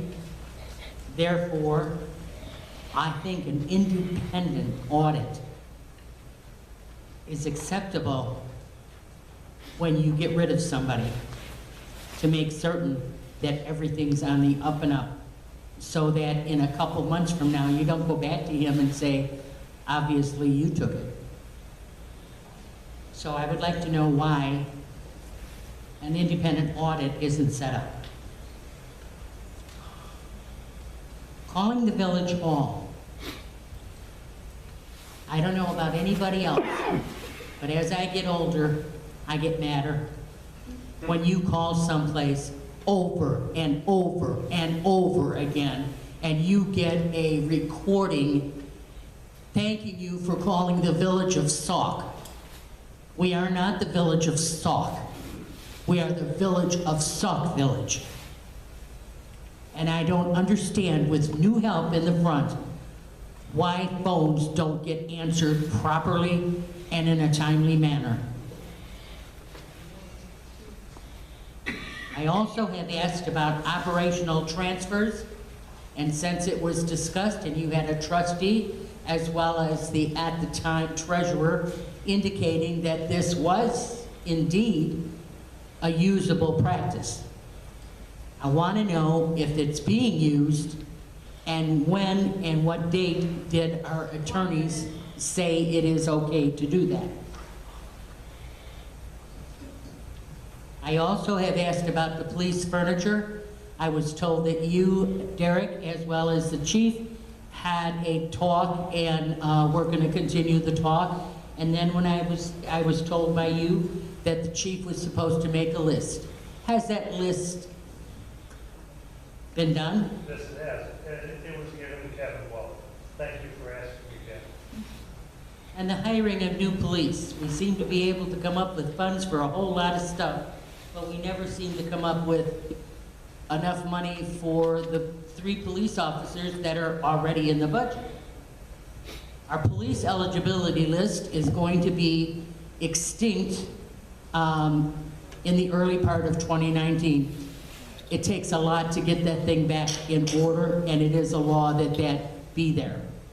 What are we gonna do about it? Did you say time? Thank you very much.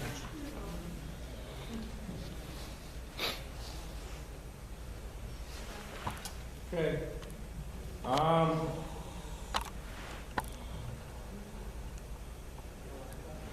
Go down to the one that asked about the not paying Dr. Strahler and Ms. Sufton. That is in the accounts payable. Accounts payable is voted in. Any trustee can make their decision, make their comment on accounts payable. If they feel they don't want to do that and it passes, then that's what it is. But any trustee has a right to make a comment whether or not to pay something or not pay something. If they get the majority of the vote, then it's either paid or not paid according to whatever that person is asking for.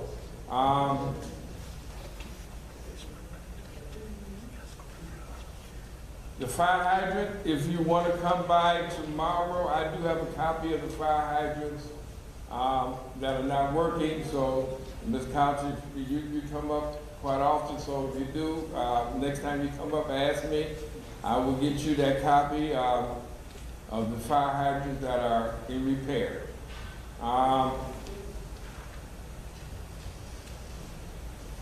Ms. Cass, as far as your questions, as far as the money, I don't know where you got that from. That money was misappropriated, and we didn't have an audit because we don't have, or we changed our employees.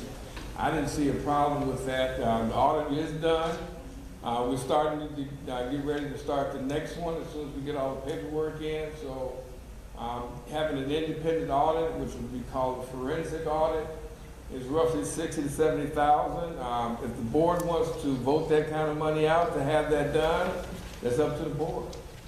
If they want to do that, they feel that there's a need for that, then quite naturally they can put that and have that put in the budget to have that being done.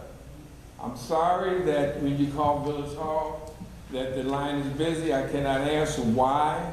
Because there's a lot of things that go on. I know here this week we've had problems, and today is Tuesday, with our computers, but we're getting that taken care of. So right now the line is a little long because of some things we cannot do, but hopefully I was reassured today that that's going to be taken care of within the next tomorrow. And operational transfers, I tried to explain at the hearing. Operational transfers is money that's already budgeted for, but it has to come out of some area or debited from a certain area of the department, and that is operational. Those are the operations. Police, fire, public works, and administration. Administration is basically anybody that works inside the building in the front office.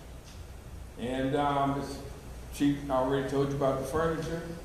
And hiring new police. Hopefully the next budget we'll have a chance to, if we get some more money into the village. I'm hoping that this commerce that we're getting in now, this economic development, will generate some money that we can start looking at personnel. That being said,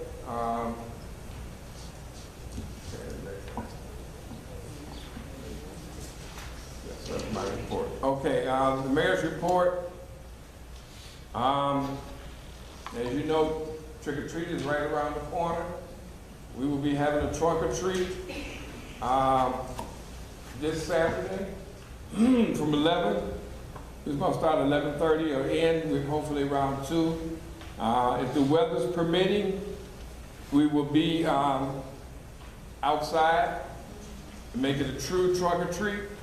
If the weather's not permitting, we'll be inside the community center. But what I'm asking is anyone that plans on being part of it to be here at least by 11 o'clock to set up, either inside or outside. And, you know, you can dress your vehicle up, or we'll have tables on the inside where you can dress your tables up to give candy to the kids. Also, that same evening, there's a rally or revival, not a rally, wrong choice of word. A revival that will be at the Crossroads Church on Torrance Avenue. The pastor was here last week asking, and I'm asking that those that can make it come down and be part of that revival. There'll be a numerous amount of pastors that are in the village that'll be there, and I think they have a program going on, so please come down and get involved. That being said, reports from officers. Madam Clerk. Thank you, Mr. Mayor. I'll be brief. I would like you to know that all of the ordinances have been sent to Gerald for placement on the website. He is just a little backed up conducting other IT business around the village, considering that we have new phones, we have new staff, we have new programs, new things in existence. But he has that. He has minutes through June to post as well. And he informed me today that he will be doing so. And also, on the village clerk's page, some of that has been updated as well, especially as it relates to the election. So you will find the important election dates for the November 6th election, as well as for candidates who are interested in running for our April 2nd, 2019 election. So I'm going to invite you to go to the website to see what those updates are. I will continue, as I mentioned before, to work toward updating the minutes. I will always present some of the most recent, which I did tonight, and then we'll go further back to those that are outstanding. That's why tonight you had one from July and two from October, so that you have your most recent, but we are playing catch up as well, as I had mentioned before, so I am following through with that. I'd like to also make a plea for some volunteers to assist with this year's Christmas food basket giveaway. We will not have very many meetings. However, with the partnership team from our various entities, as well as some of our neighborhood partners, we will come together to plan our Christmas food giveaway. So I would like for you to consider joining us in that meeting as well. And that concludes my report, Mr. Mayor. Thank you. Village Engineer, Mr. Jim Zarnick. Thank you, Mayor. Regarding the 223rd and Cornell Avenue project, paving is completed and all sodding has been finished. Therefore, the project is nearing its end. Also, the board has a resolution before you regarding the Community Development Block Grant Program. This resolution will authorize the village to enter into an agreement with Cook County, whereby the village will receive $200,000 in funding to be utilized for the reconstruction of 221st Street from Sauk Trail to Orion Avenue. Once the agreement is approved by the county, we can start designing the project so it can be ready for spring construction. And that concludes my report. Thank you, Mayor. Thank you. Got a question? Well, comment, rather. When we last did, I guess the last time we were here, we were discussing you and I were discussing the 221st Street project, and that we applied for the block grant during that time, and it was denied because of it wasn't eligible for federal funds. Okay, now we come back at this time, and we're going to reapplying for the same area, which is of a concern to me, because we didn't get it last time. You know, what makes you think you're gonna get it this time? Now, I understand that they say it's because of low to moderate income, but the demographics in the area has not changed in the last 2 years. So my concern is that we're applying for these areas that we have already applied for. They told us we weren't eligible for 221st. And now we come back again and we're gonna apply for it again. So my question is to you, what's changed and that we could apply for 221st now when we couldn't do it like maybe a year ago or something, because it was actually denied then. So I want to know what's the difference happening there. And then another comment I want to make is that the grant that's in process now for 2018 is going to be $75 MFT funds to be included. My question to you is that, if I'm not mistaken, we only have $154,000 worth of MFT funds left.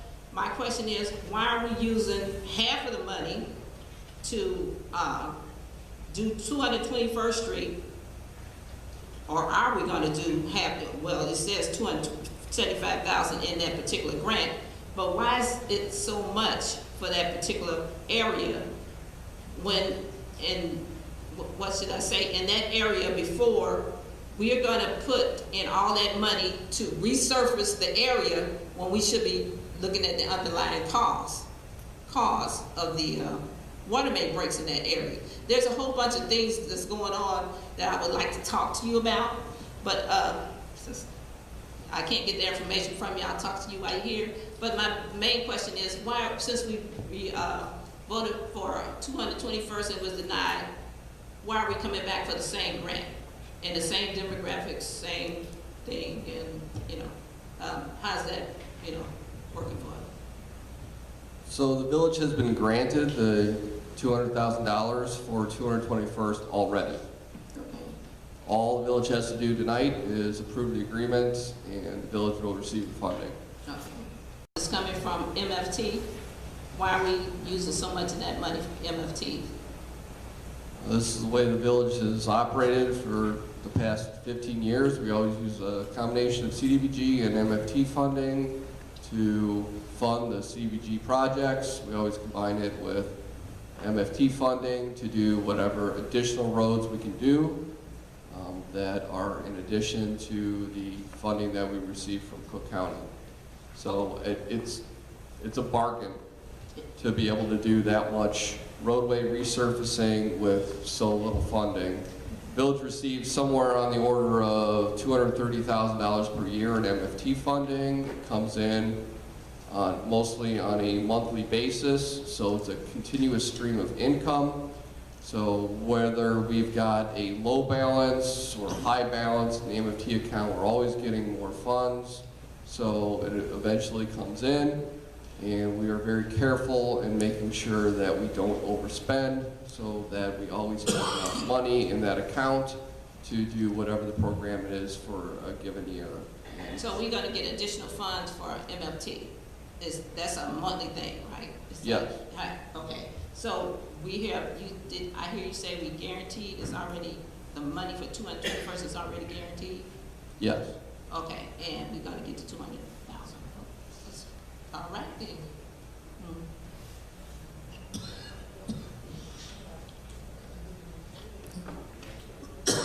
Trustee Brewer, just so you know, we have about 180,000 in MFT funds.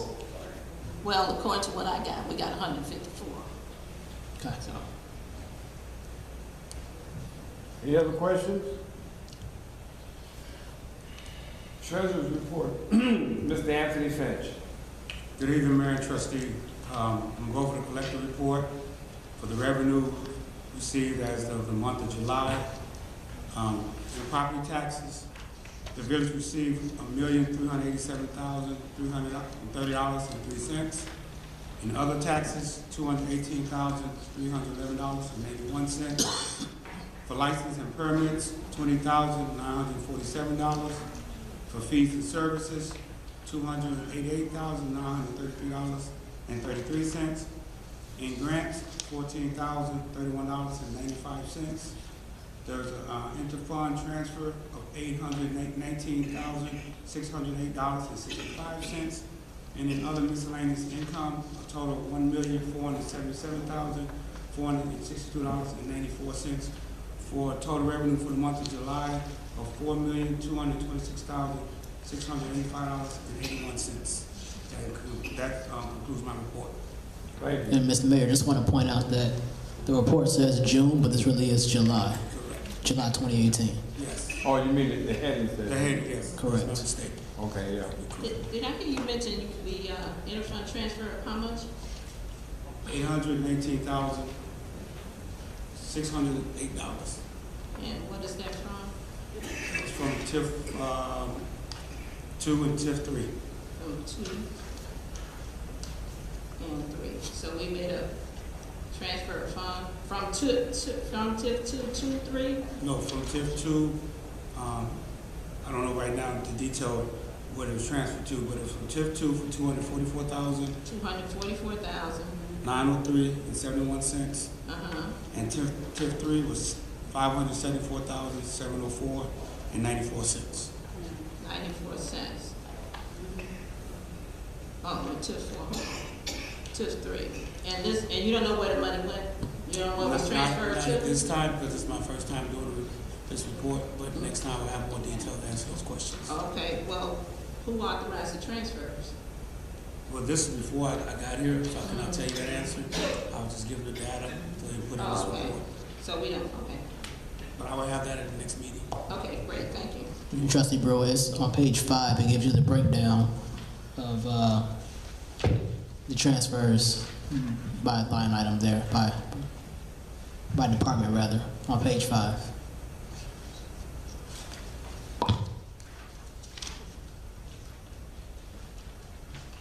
That's not the question. I asked who authorized the transfer. I understand that, but you asked where did the money come from? You asked Oh, where I did... got the answer for that. I want to Okay. know who authorized the transfers. Understood. Who authorized?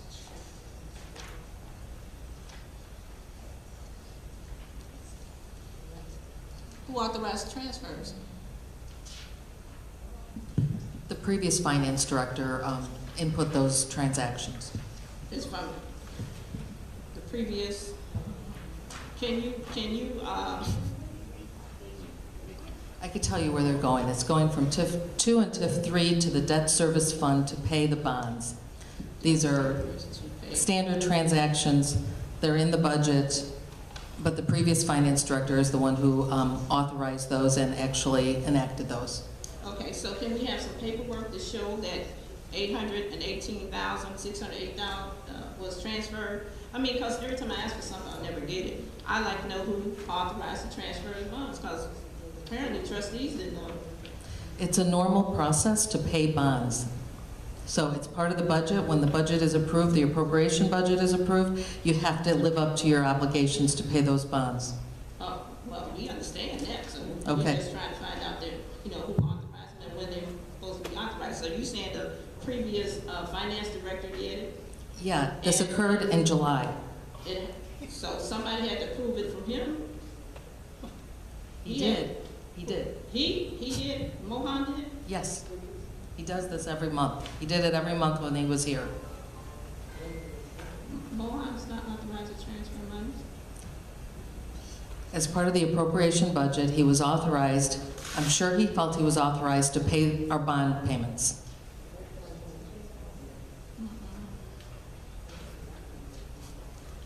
Okay. Finance, reports from departments, finance administration, interim director, Ms. Reese. Thank you, Mayor and trustees. Let me start my report by letting you know about the problems we've been experiencing with the civic system and the IT servers that the civic system is on. 3 weeks ago, one of our computers at the front desk started to malfunction and would now allow us to take payments at the front desk. We called our IT support and he worked with Civic to address the issue. Then 2 weekends ago, the server crashed and we did not have a system at all on that Monday. Since the civic system, since the servers crashed, We have been having problems daily with one or both of our computers at the front desk where we take payments. Most recently, we were down this Monday for the better part of the day, and today again we were down with one of the computers.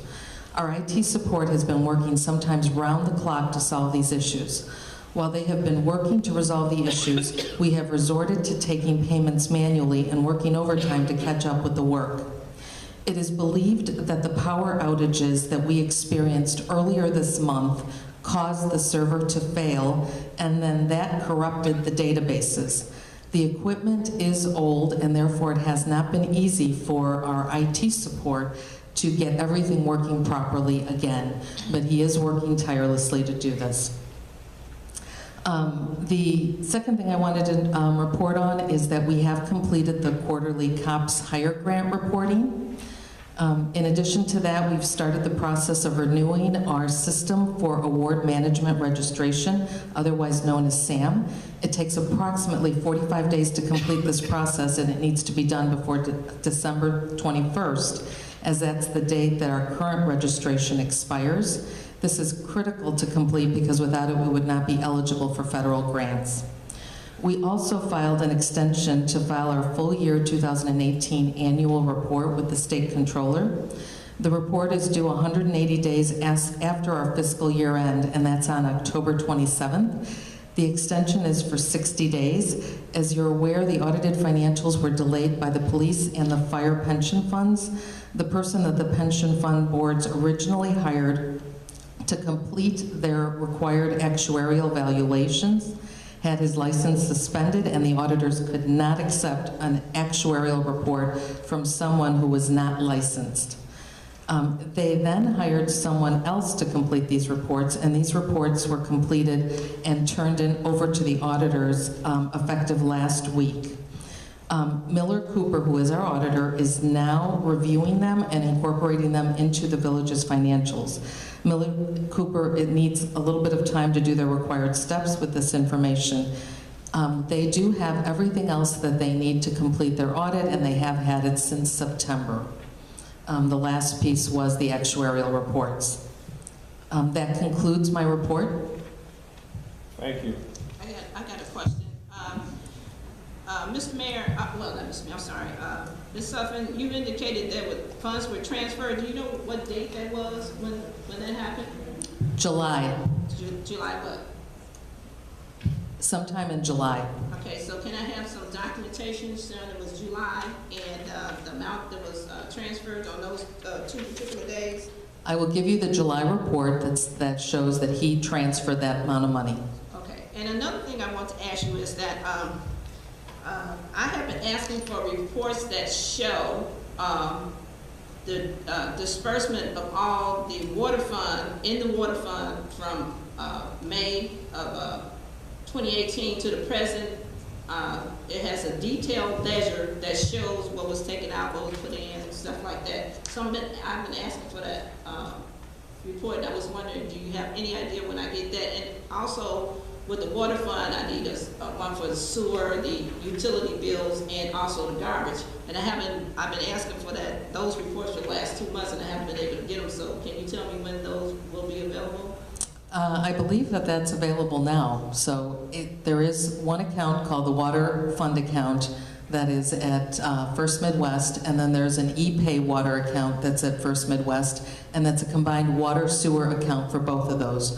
So you've got a list, or you will have a listing very shortly of all the disbursements and anything that's been added to and from that account. That's the bank statement again. Yes. What I'm looking for is the detailed ledger, and you usually get that report. The bank statements are different from the detailed ledger. So I would like a copy of that shows anytime something was taken in and out of that, you have to do that only on a report. And you can't, that's not a bank statement that I got that what you gave me, but that's not what I need. I want to know the detail of what's going on with the water, the sewer, and the utilities, and et cetera. I have given you the financial statement in the past, and you said you wanted more detail, so that's why I gave you the bank statement that shows the exact disbursements on what day. So if you want the statements, that's available. If you want the bank statements, that was what took a little bit of time to be able to pull all that information together. I don't want the bank statements. All I want is Okay. the detailed ledger that has the emphasis on what happened each day. I will give you the financial statements then. Okay. I can forward you that. Before you hit any place, so I don't know why. I'm hoping that you might get what was so funny about that. Because you FOIA something every day. Yeah, I don't know right, why because you I say can't you get don't information. answers. You do get answers. Okay. Apparently not for me. Anyone have any other questions for Ms. Sutton? And I'm hoping, Ms. Sutton, that you give her report, you do, but take into consideration, because you never had a chance to stand around and wait around, that you're one of the people that is being asked not to be paid. Fire department. That's right. That's Fire right. Department, Captain Finley. Thank you, Mr. Mayor. Over the period from October 5th through October 25th, the fire department responded to 33 calls for service. We had 12 fire alarms, 3 vehicle accidents, 7 ambulance assists, 2 auto aids to our neighbors, 3 CO alarms, 3 wires down, 1 lockout, and 1 car fire. Fire Prevention Week was a success. Fire prevention personnel visited all the schools, and literature was distributed to the students. Open house at the station was well received. We showcased all the vehicles and the tools. Residents were impressed with the amount of knowledge our fire personnel had concerning safety. Smoke detectors were distributed. And the fire department will participate in the Halloween parade this coming Saturday. That concludes my report. Thank you, Mr. Mayor. Thank you. Police Department Chief Robert Kowalski. Thank you, Mr. Mayor, trustees. For the past 2 weeks, we responded to 438 calls for service with 6 arrests.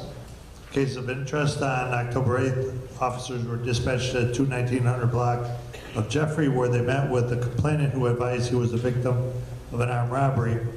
Victim was called by a friend to come and hang out and was given an address to arrive at in Sauk Village. When the victim left his residence in Indiana, he set his GPS and arrived at the location provided to him, where 2 unknown individuals came up to his car, displayed a gun, and demanded he turn over his car keys and cell phone. After turning over his keys and phone, the offenders fled the area, and the victim ran to Popeyes, where he called the police to report the robbery. The matter was turned over to our investigations, who did a follow-up, only to find that the victim had come to Sauk Village to sell marijuana. The offenders were the individuals who told the victim they wanted to buy the marijuana, only to rob him of his drugs. Believe it or not, he admitted to this. When he came to the village and talked to our investigators, this matter was closed.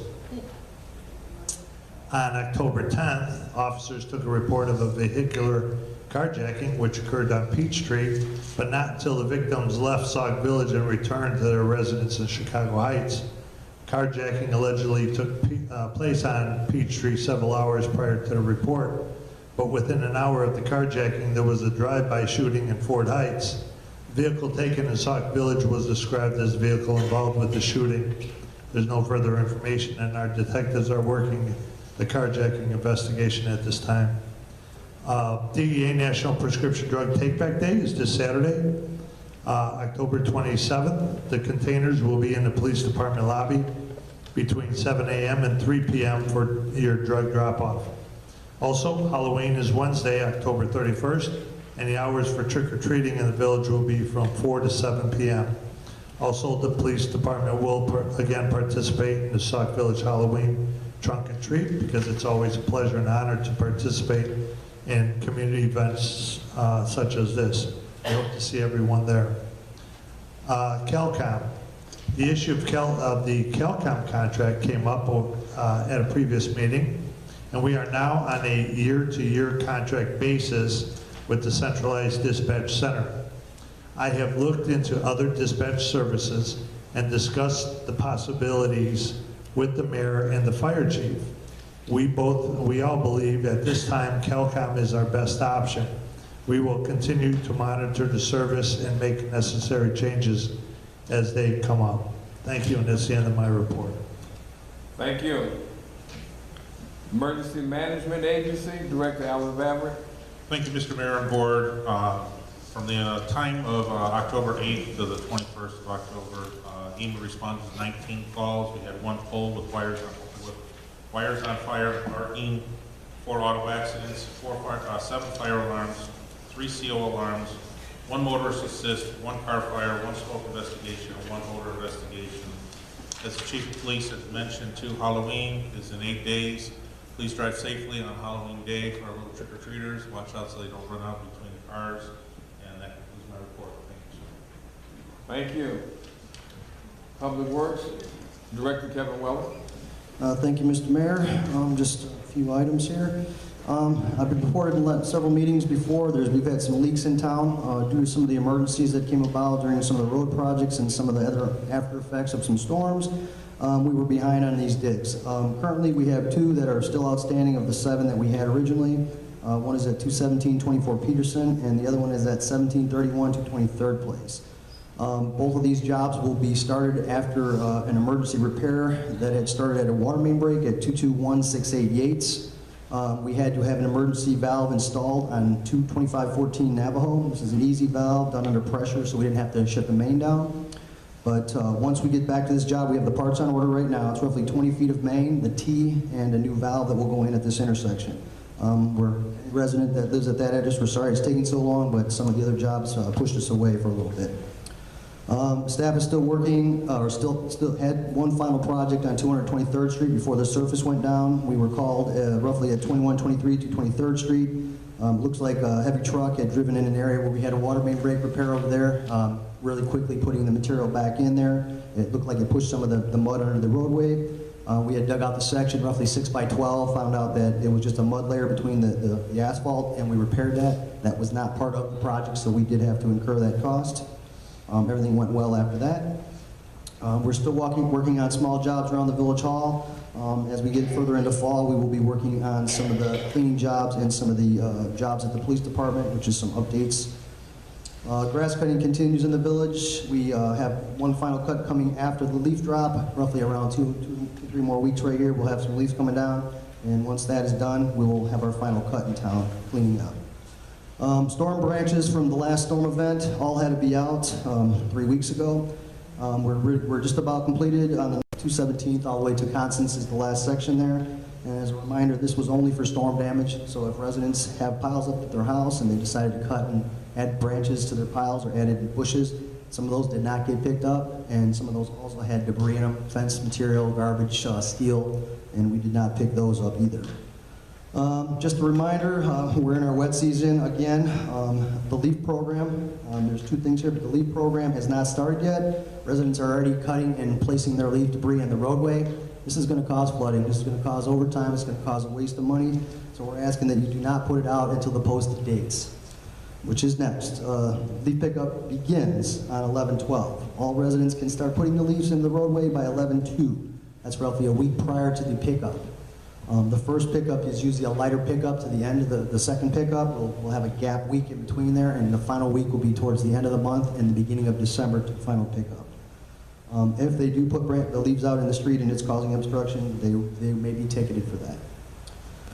Several other concrete jobs this year we're trying to get a hold of and finish up. 22434 Yates, 22444 Yates, 22149 Shirley. These jobs will start tomorrow. It's basically 79 feet, linear feet of curb and roughly 45 square feet of sidewalk. After those jobs are completed, we will be behind those to landscape those areas up. Landscape jobs that were completed recently, we've had some water main breaks from last year that we caught up with finally. 2116, 2100, 223rd Street. This was a driveway apron and a large hole in the street we had in the winter of last year. We had a winter event and we had a nice storm event, so we had a lot of rain and a lot of meltdown all at one time, which caused a break. And after this event is done, after our chipping is done, which is going to be finished by, I would think, Thursday, we'll be back out patching potholes for the end of the season here. Well 3, we have an ongoing issue at Well 3 right now. The air stripper went offline due to some fuses that burn out, we thought initially. It was due to the brownout, power outages, the failure of some power in the lines. It ended up burning up the VFD, which is the drive that controls the speed control of the motors for the air strippers. So we had that ordered, and that's been replaced, and all we're waiting on right now is a quote for the sensors for the sump. Those should be in today. We'll have some information on that tomorrow, and hopefully by the end of the week we'll have that air stripper back online. The final thing is streetlights. I know there's a lot of streetlights in town. There's not as many out as everybody would assume. 49 lights is not a lot when you consider how many we have. These are all wire issues due to the old wire in the ground. The new lights, they run off of a little different voltage and a little bit of different tolerances. These lights are very sensitive to any issues with power. The wire in the ground, in the north side and the south side, it's a two-wire system, and it's got a lot of damage on the wire, so we lose a lot of voltage, and once you do that, the lights will not strike. And once they don't strike, after so many times, they just won't strike for the night. Tomorrow, they may strike in the first hit, and it stays lit. These lights, we are going to each one of these locations at this time, just so we know they're on, because they are complaints, and we are putting shorting caps on those, so those will keep the lights on at all times, 24 hours a day. We also had it's been since last year we had a pole down, and then we recently had a pole hit. One was 1721, and the other one was 22351. One was 223rd place, the other one's Cornell. So this is in the section we just did the contactor and replaced. Both of those poles were ordered, and both of those poles are put up. We still have to do connections on the wiring and put the light head on those locations. But we do have 2 lights that are continually going off and on in that section. This should solve those problems in that section. And that concludes my report. Thank you. Mr. Weller, I have a couple of comments. In response to a FOIA request, the request said you had 47 street lights out, okay? This was like last week when I got this. And also, it has 83 fire hydrants that's operated, that's not working, I'm sorry. There's 83 of them, that's as of 4/20/2018. And back in March, it said we had a 32% water loss. So I was wondering, is there any way I could get an update? Maybe I could talk to Jim about that, about how much water loss we have right now. And the last thing I want to say, and it's all this public notice and notice I got from a FOIA request, that we have had 30 water main breaks since January. This is only a 4-mile town, 4 miles long. 30 is a little excessive. We need to start doing something about the infrastructure repair here. 30 is far too much for us to be having, and it's going to only cost us more and more money as if we don't get a handle on those things. So that's the information I got from, I do believe you signed it last week, so you might want to talk to whoever about this 30 water main breaks, and also I would like to know how much water loss we are getting now. Well, the water main breaks, if you read the list, it's not all water main breaks. Some of those are repairs, some of those are digs. For some of the road work we did on 223rd Street started off as a leak and ended up being a break the next day off the pipe. So something we've done disturbing the area, sometimes we cause those. But those repairs are not all water main breaks. And in the past, we had an average of 60 or 70 per year. And the last probably 4 years, they've dropped down to, I think, an average of about 15 a year. So this was an unusual condition that we had in this, and I would think that half of those would be gone if 223rd Street, the project, we didn't start off and have all these on and off of water. We caused some of those by shutting the water off and turning it back on. It causes an air bubble in the system, creates a water hammer. It will find the weakest point. So normally you wouldn't have that as a break if we didn't have that going on. So some of those might just been from what we were doing in the area. Well, you have it listed here as 30 water main breaks, so. They're on the sheet, but each header, And you I have to think look. you got one on there as being repaired, so. All of them are repaired. Right, yeah, so, that might be a question. And also the water loss for, was January last time I got an update, so I would like to know how much water loss we have now. Because it seems like if we're getting all these breaks and digs and all that sort of stuff, we should be losing more water than we were before. So, is that something we could find out? That's not a simple calculation, so there's going to be a little bit involved getting the information. Okay. Any other questions? Thank you. Economic Development Director, Mr. Joseph Wiswater. Thank you, Mr. Mayor. I have no report tonight. However, I would like for discussion on the next Committee of the Whole agenda, the discussion and review of the intergovernmental agreement with Cook County for the Invest in Cook, as well as a request for qualifications for the same project. So we'll be discussing those at our next Committee of the Whole meeting. And that's all I have. So you want the discussion for the Invest in Cook grant? Yes, and I'll have the material for the Village Clerk on Thursday for distribution in the trustees' packets. Thank you. Report from trustees, standing committees, comments, Public Service Committee, Trustee Bernice Brewer. Mr. Mayor, regards to Public Service Committee, I'm trying to find out the information about how many feet of pipe has been changed or repaired since May of 2017, and also how much is in need of repair since 2017. So that's something I think you need to get from Robinson Engineering. I would like that information on the number of feet of pipe that has been repaired, and also I would like to know the number of bore orders that have been issued since May of this year. That's the end of that report. Did you put that in writing? Is there somebody? Because I didn't take the dictation. Is someone? Did you have that in writing so we can get that? I'll send Jim an email. Oh, you asking Jim? You said you wanted to know. That's what I'm asking. You put that in writing? Well, I mean, I could put an email to him and you two, Okay. and everybody can get a copy. Something we need to know.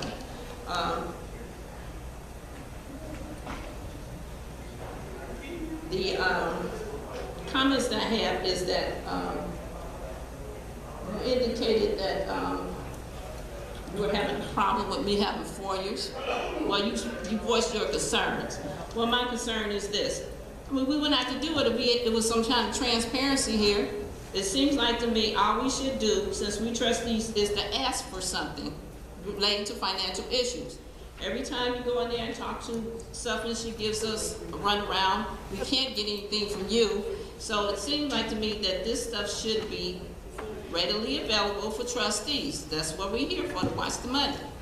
So, and another thing that we're still haven't gotten information about is written explanation of operational transfers. Everybody explained it up to it. We like something in writing. You can't get it from you for some reason. And the third thing about it is that we have been, last week we got copies of the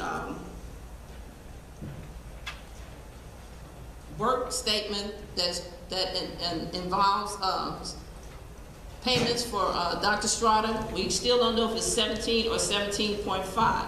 I like some clarity on that, and also I like it in writing. You know, we don't need to keep going on over and over on this stuff. We need some clarity, put it in writing so we can go on with the next step. It's real easy. So I don't know why there's such an end. That's the end of my comment. Did you or did you not get a statement, work statement that was delivered to all the trustees? Did you get a copy? I got 2 copies. One says 17 hours, the other says 17.5, so which is true? I'm asking you, did you get the latest copy? I don't know which one's Oh, one okay. is 17 and one is 17.5, which is true. Okay. Which one is true? Which one was As I approved? stated before, it was 17.45, 6,000. That's what I stated. That was, okay, so can I get that in writing? It was in writing. You got the statement. That's why I asked you, did you get that? You said you got 2. I got 2. Okay. They both have that. And I got a signed statement that said it's 17.5.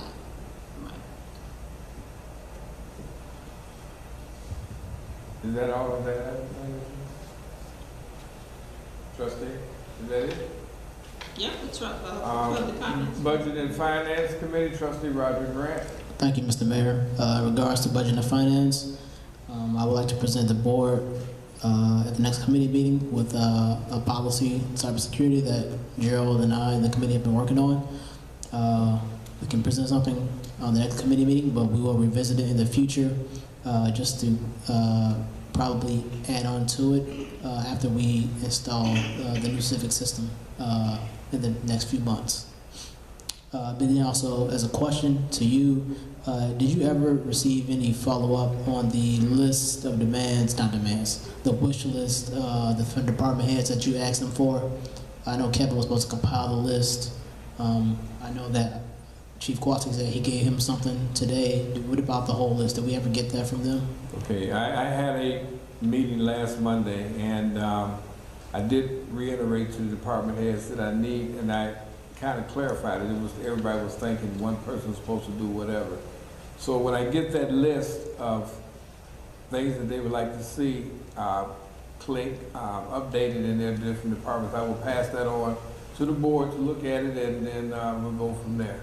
Nothing's going to be voted out, nothing's going to be paid for, nothing's going to be done until after you guys get a chance to look at it and have any questions on it. We can go and find that out, and then quite naturally after that, you know, the board can bring it up at the committee meeting and then a board meeting to okay those expenditures.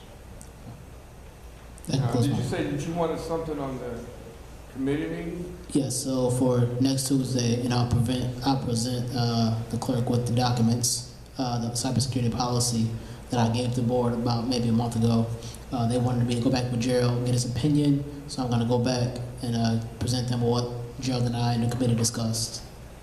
Okay, cybersecurity policy. Correct. You want that on the next committee meeting? Correct. Thank you.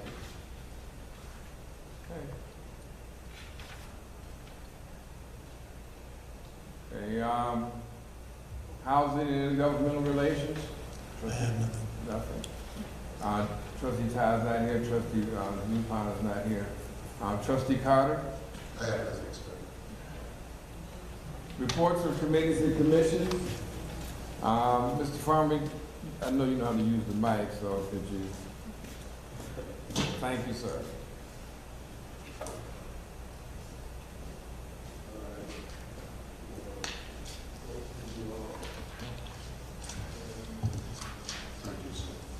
Thank you.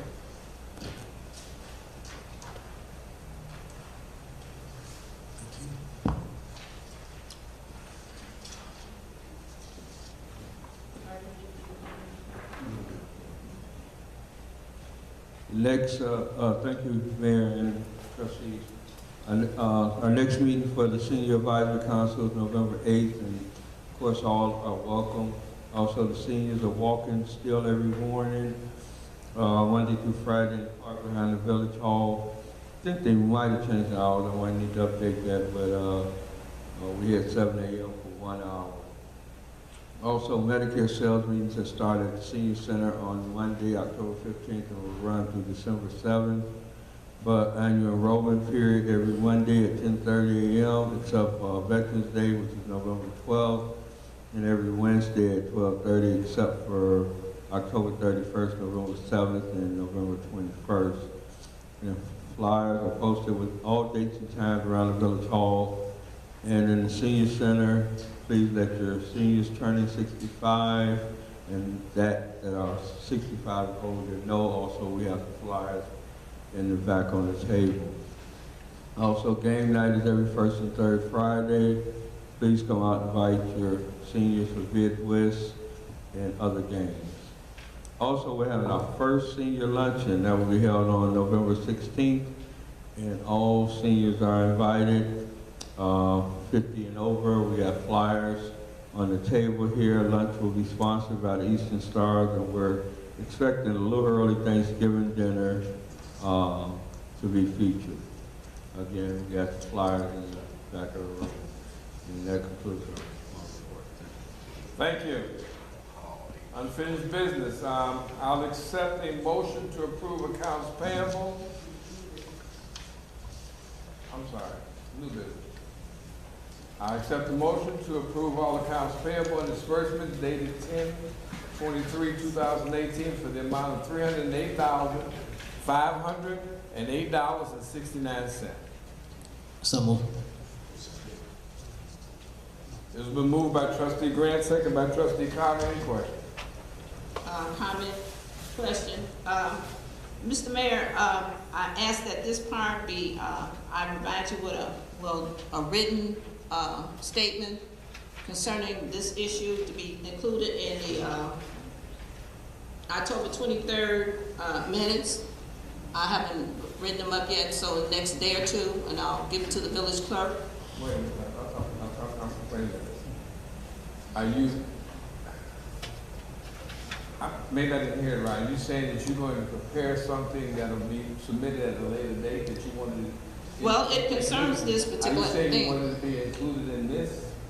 It's when I talk about this right here, I want it to be included in the minutes. But you're getting ready to talk about it? Right, yeah. I thought you said you were going to present this in form in a later date.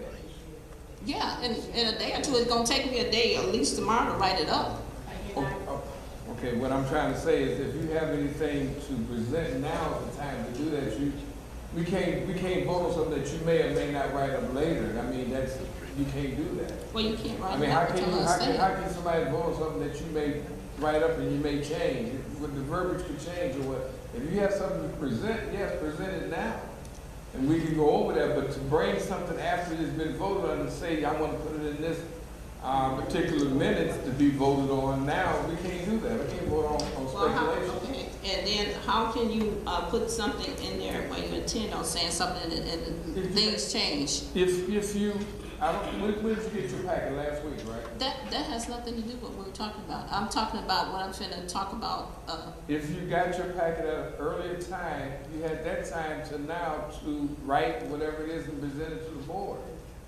But to ask the board to vote on something that you may bring or submit later, the board can't do that. I can add. You can't add anything after it's been voted on. I can add comments to it, but anyway, let's move on since you don't got there. Excuse me. I got the board. I haven't finished talking. Finished talking. Village clerk. Are a recording of what takes place at the meeting. And I'm gonna write down what it takes place at the meeting. Like I stated, we can't present something after the fact. You can't present it to the board after it's being talked about right now. If we're talking about something right now and you want to present something after the fact, it's not recorded, nor is it, no one knows what you're saying, and you can present anything. So if you want to present something to the board, you have to do it at the time that you're going to do. You can't present something after the fact, no matter. Okay, we could go on to, Mr. Mayor, I want to ask that the salary for these two items haven't been approved by the board. The positions that are being held are, these people are working on there, and neither one of them have been approved by the board. So I like those items removed. Okay, are you making a motion? No, I asked a question. Just a question. So are you trying to amend that motion? Are you trying to amend the motion that's on the floor? We have a motion on the floor to pass the accounts payable. Are you asking to amend that motion? Yeah, I'm asking to amend the motion. You need a second. You can't do a motion, you have a motion. Okay, well, then, no one, is anyone, any of the trustees that made the motion willing to rescind their motion and bring this up? No. No. Okay. All right. Is there anything else that you have for that, for accounts payable, for the motion that's on the floor? Just want to make sure it's noted in the record. Okay, thank you. Madam Clerk, please call the roll.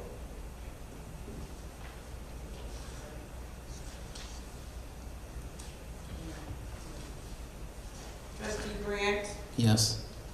Trustee Tate? Yes. Trustee Todd? Trustee Zupan? Trustee Brewer? No. Trustee Carter? Yes.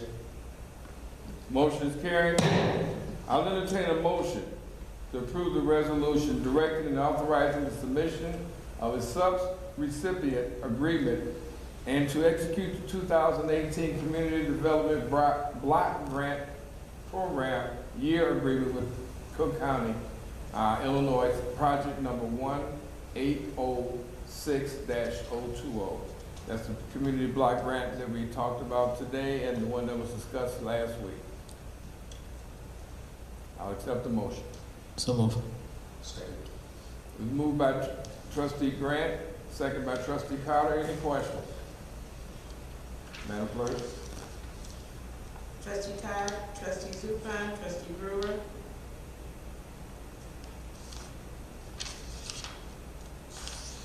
Trustee Brewer. Yes. Trustee Carter, Yes. trustee Grant, Yes. trustee Tate. Yes. Motion is carried. I'll entertain a motion to approve the resolution authorizing the entity of an intergovernmental agreement with the provisions of environmental health inspectional services between Cook County Department of Health and the Village of Sauk Village. Accept the motion. So move. Moved by trustee Grant, second by trustee Carter. Any questions? Madam Clerk? Trustee Zupan, trustee Brewer, Yes.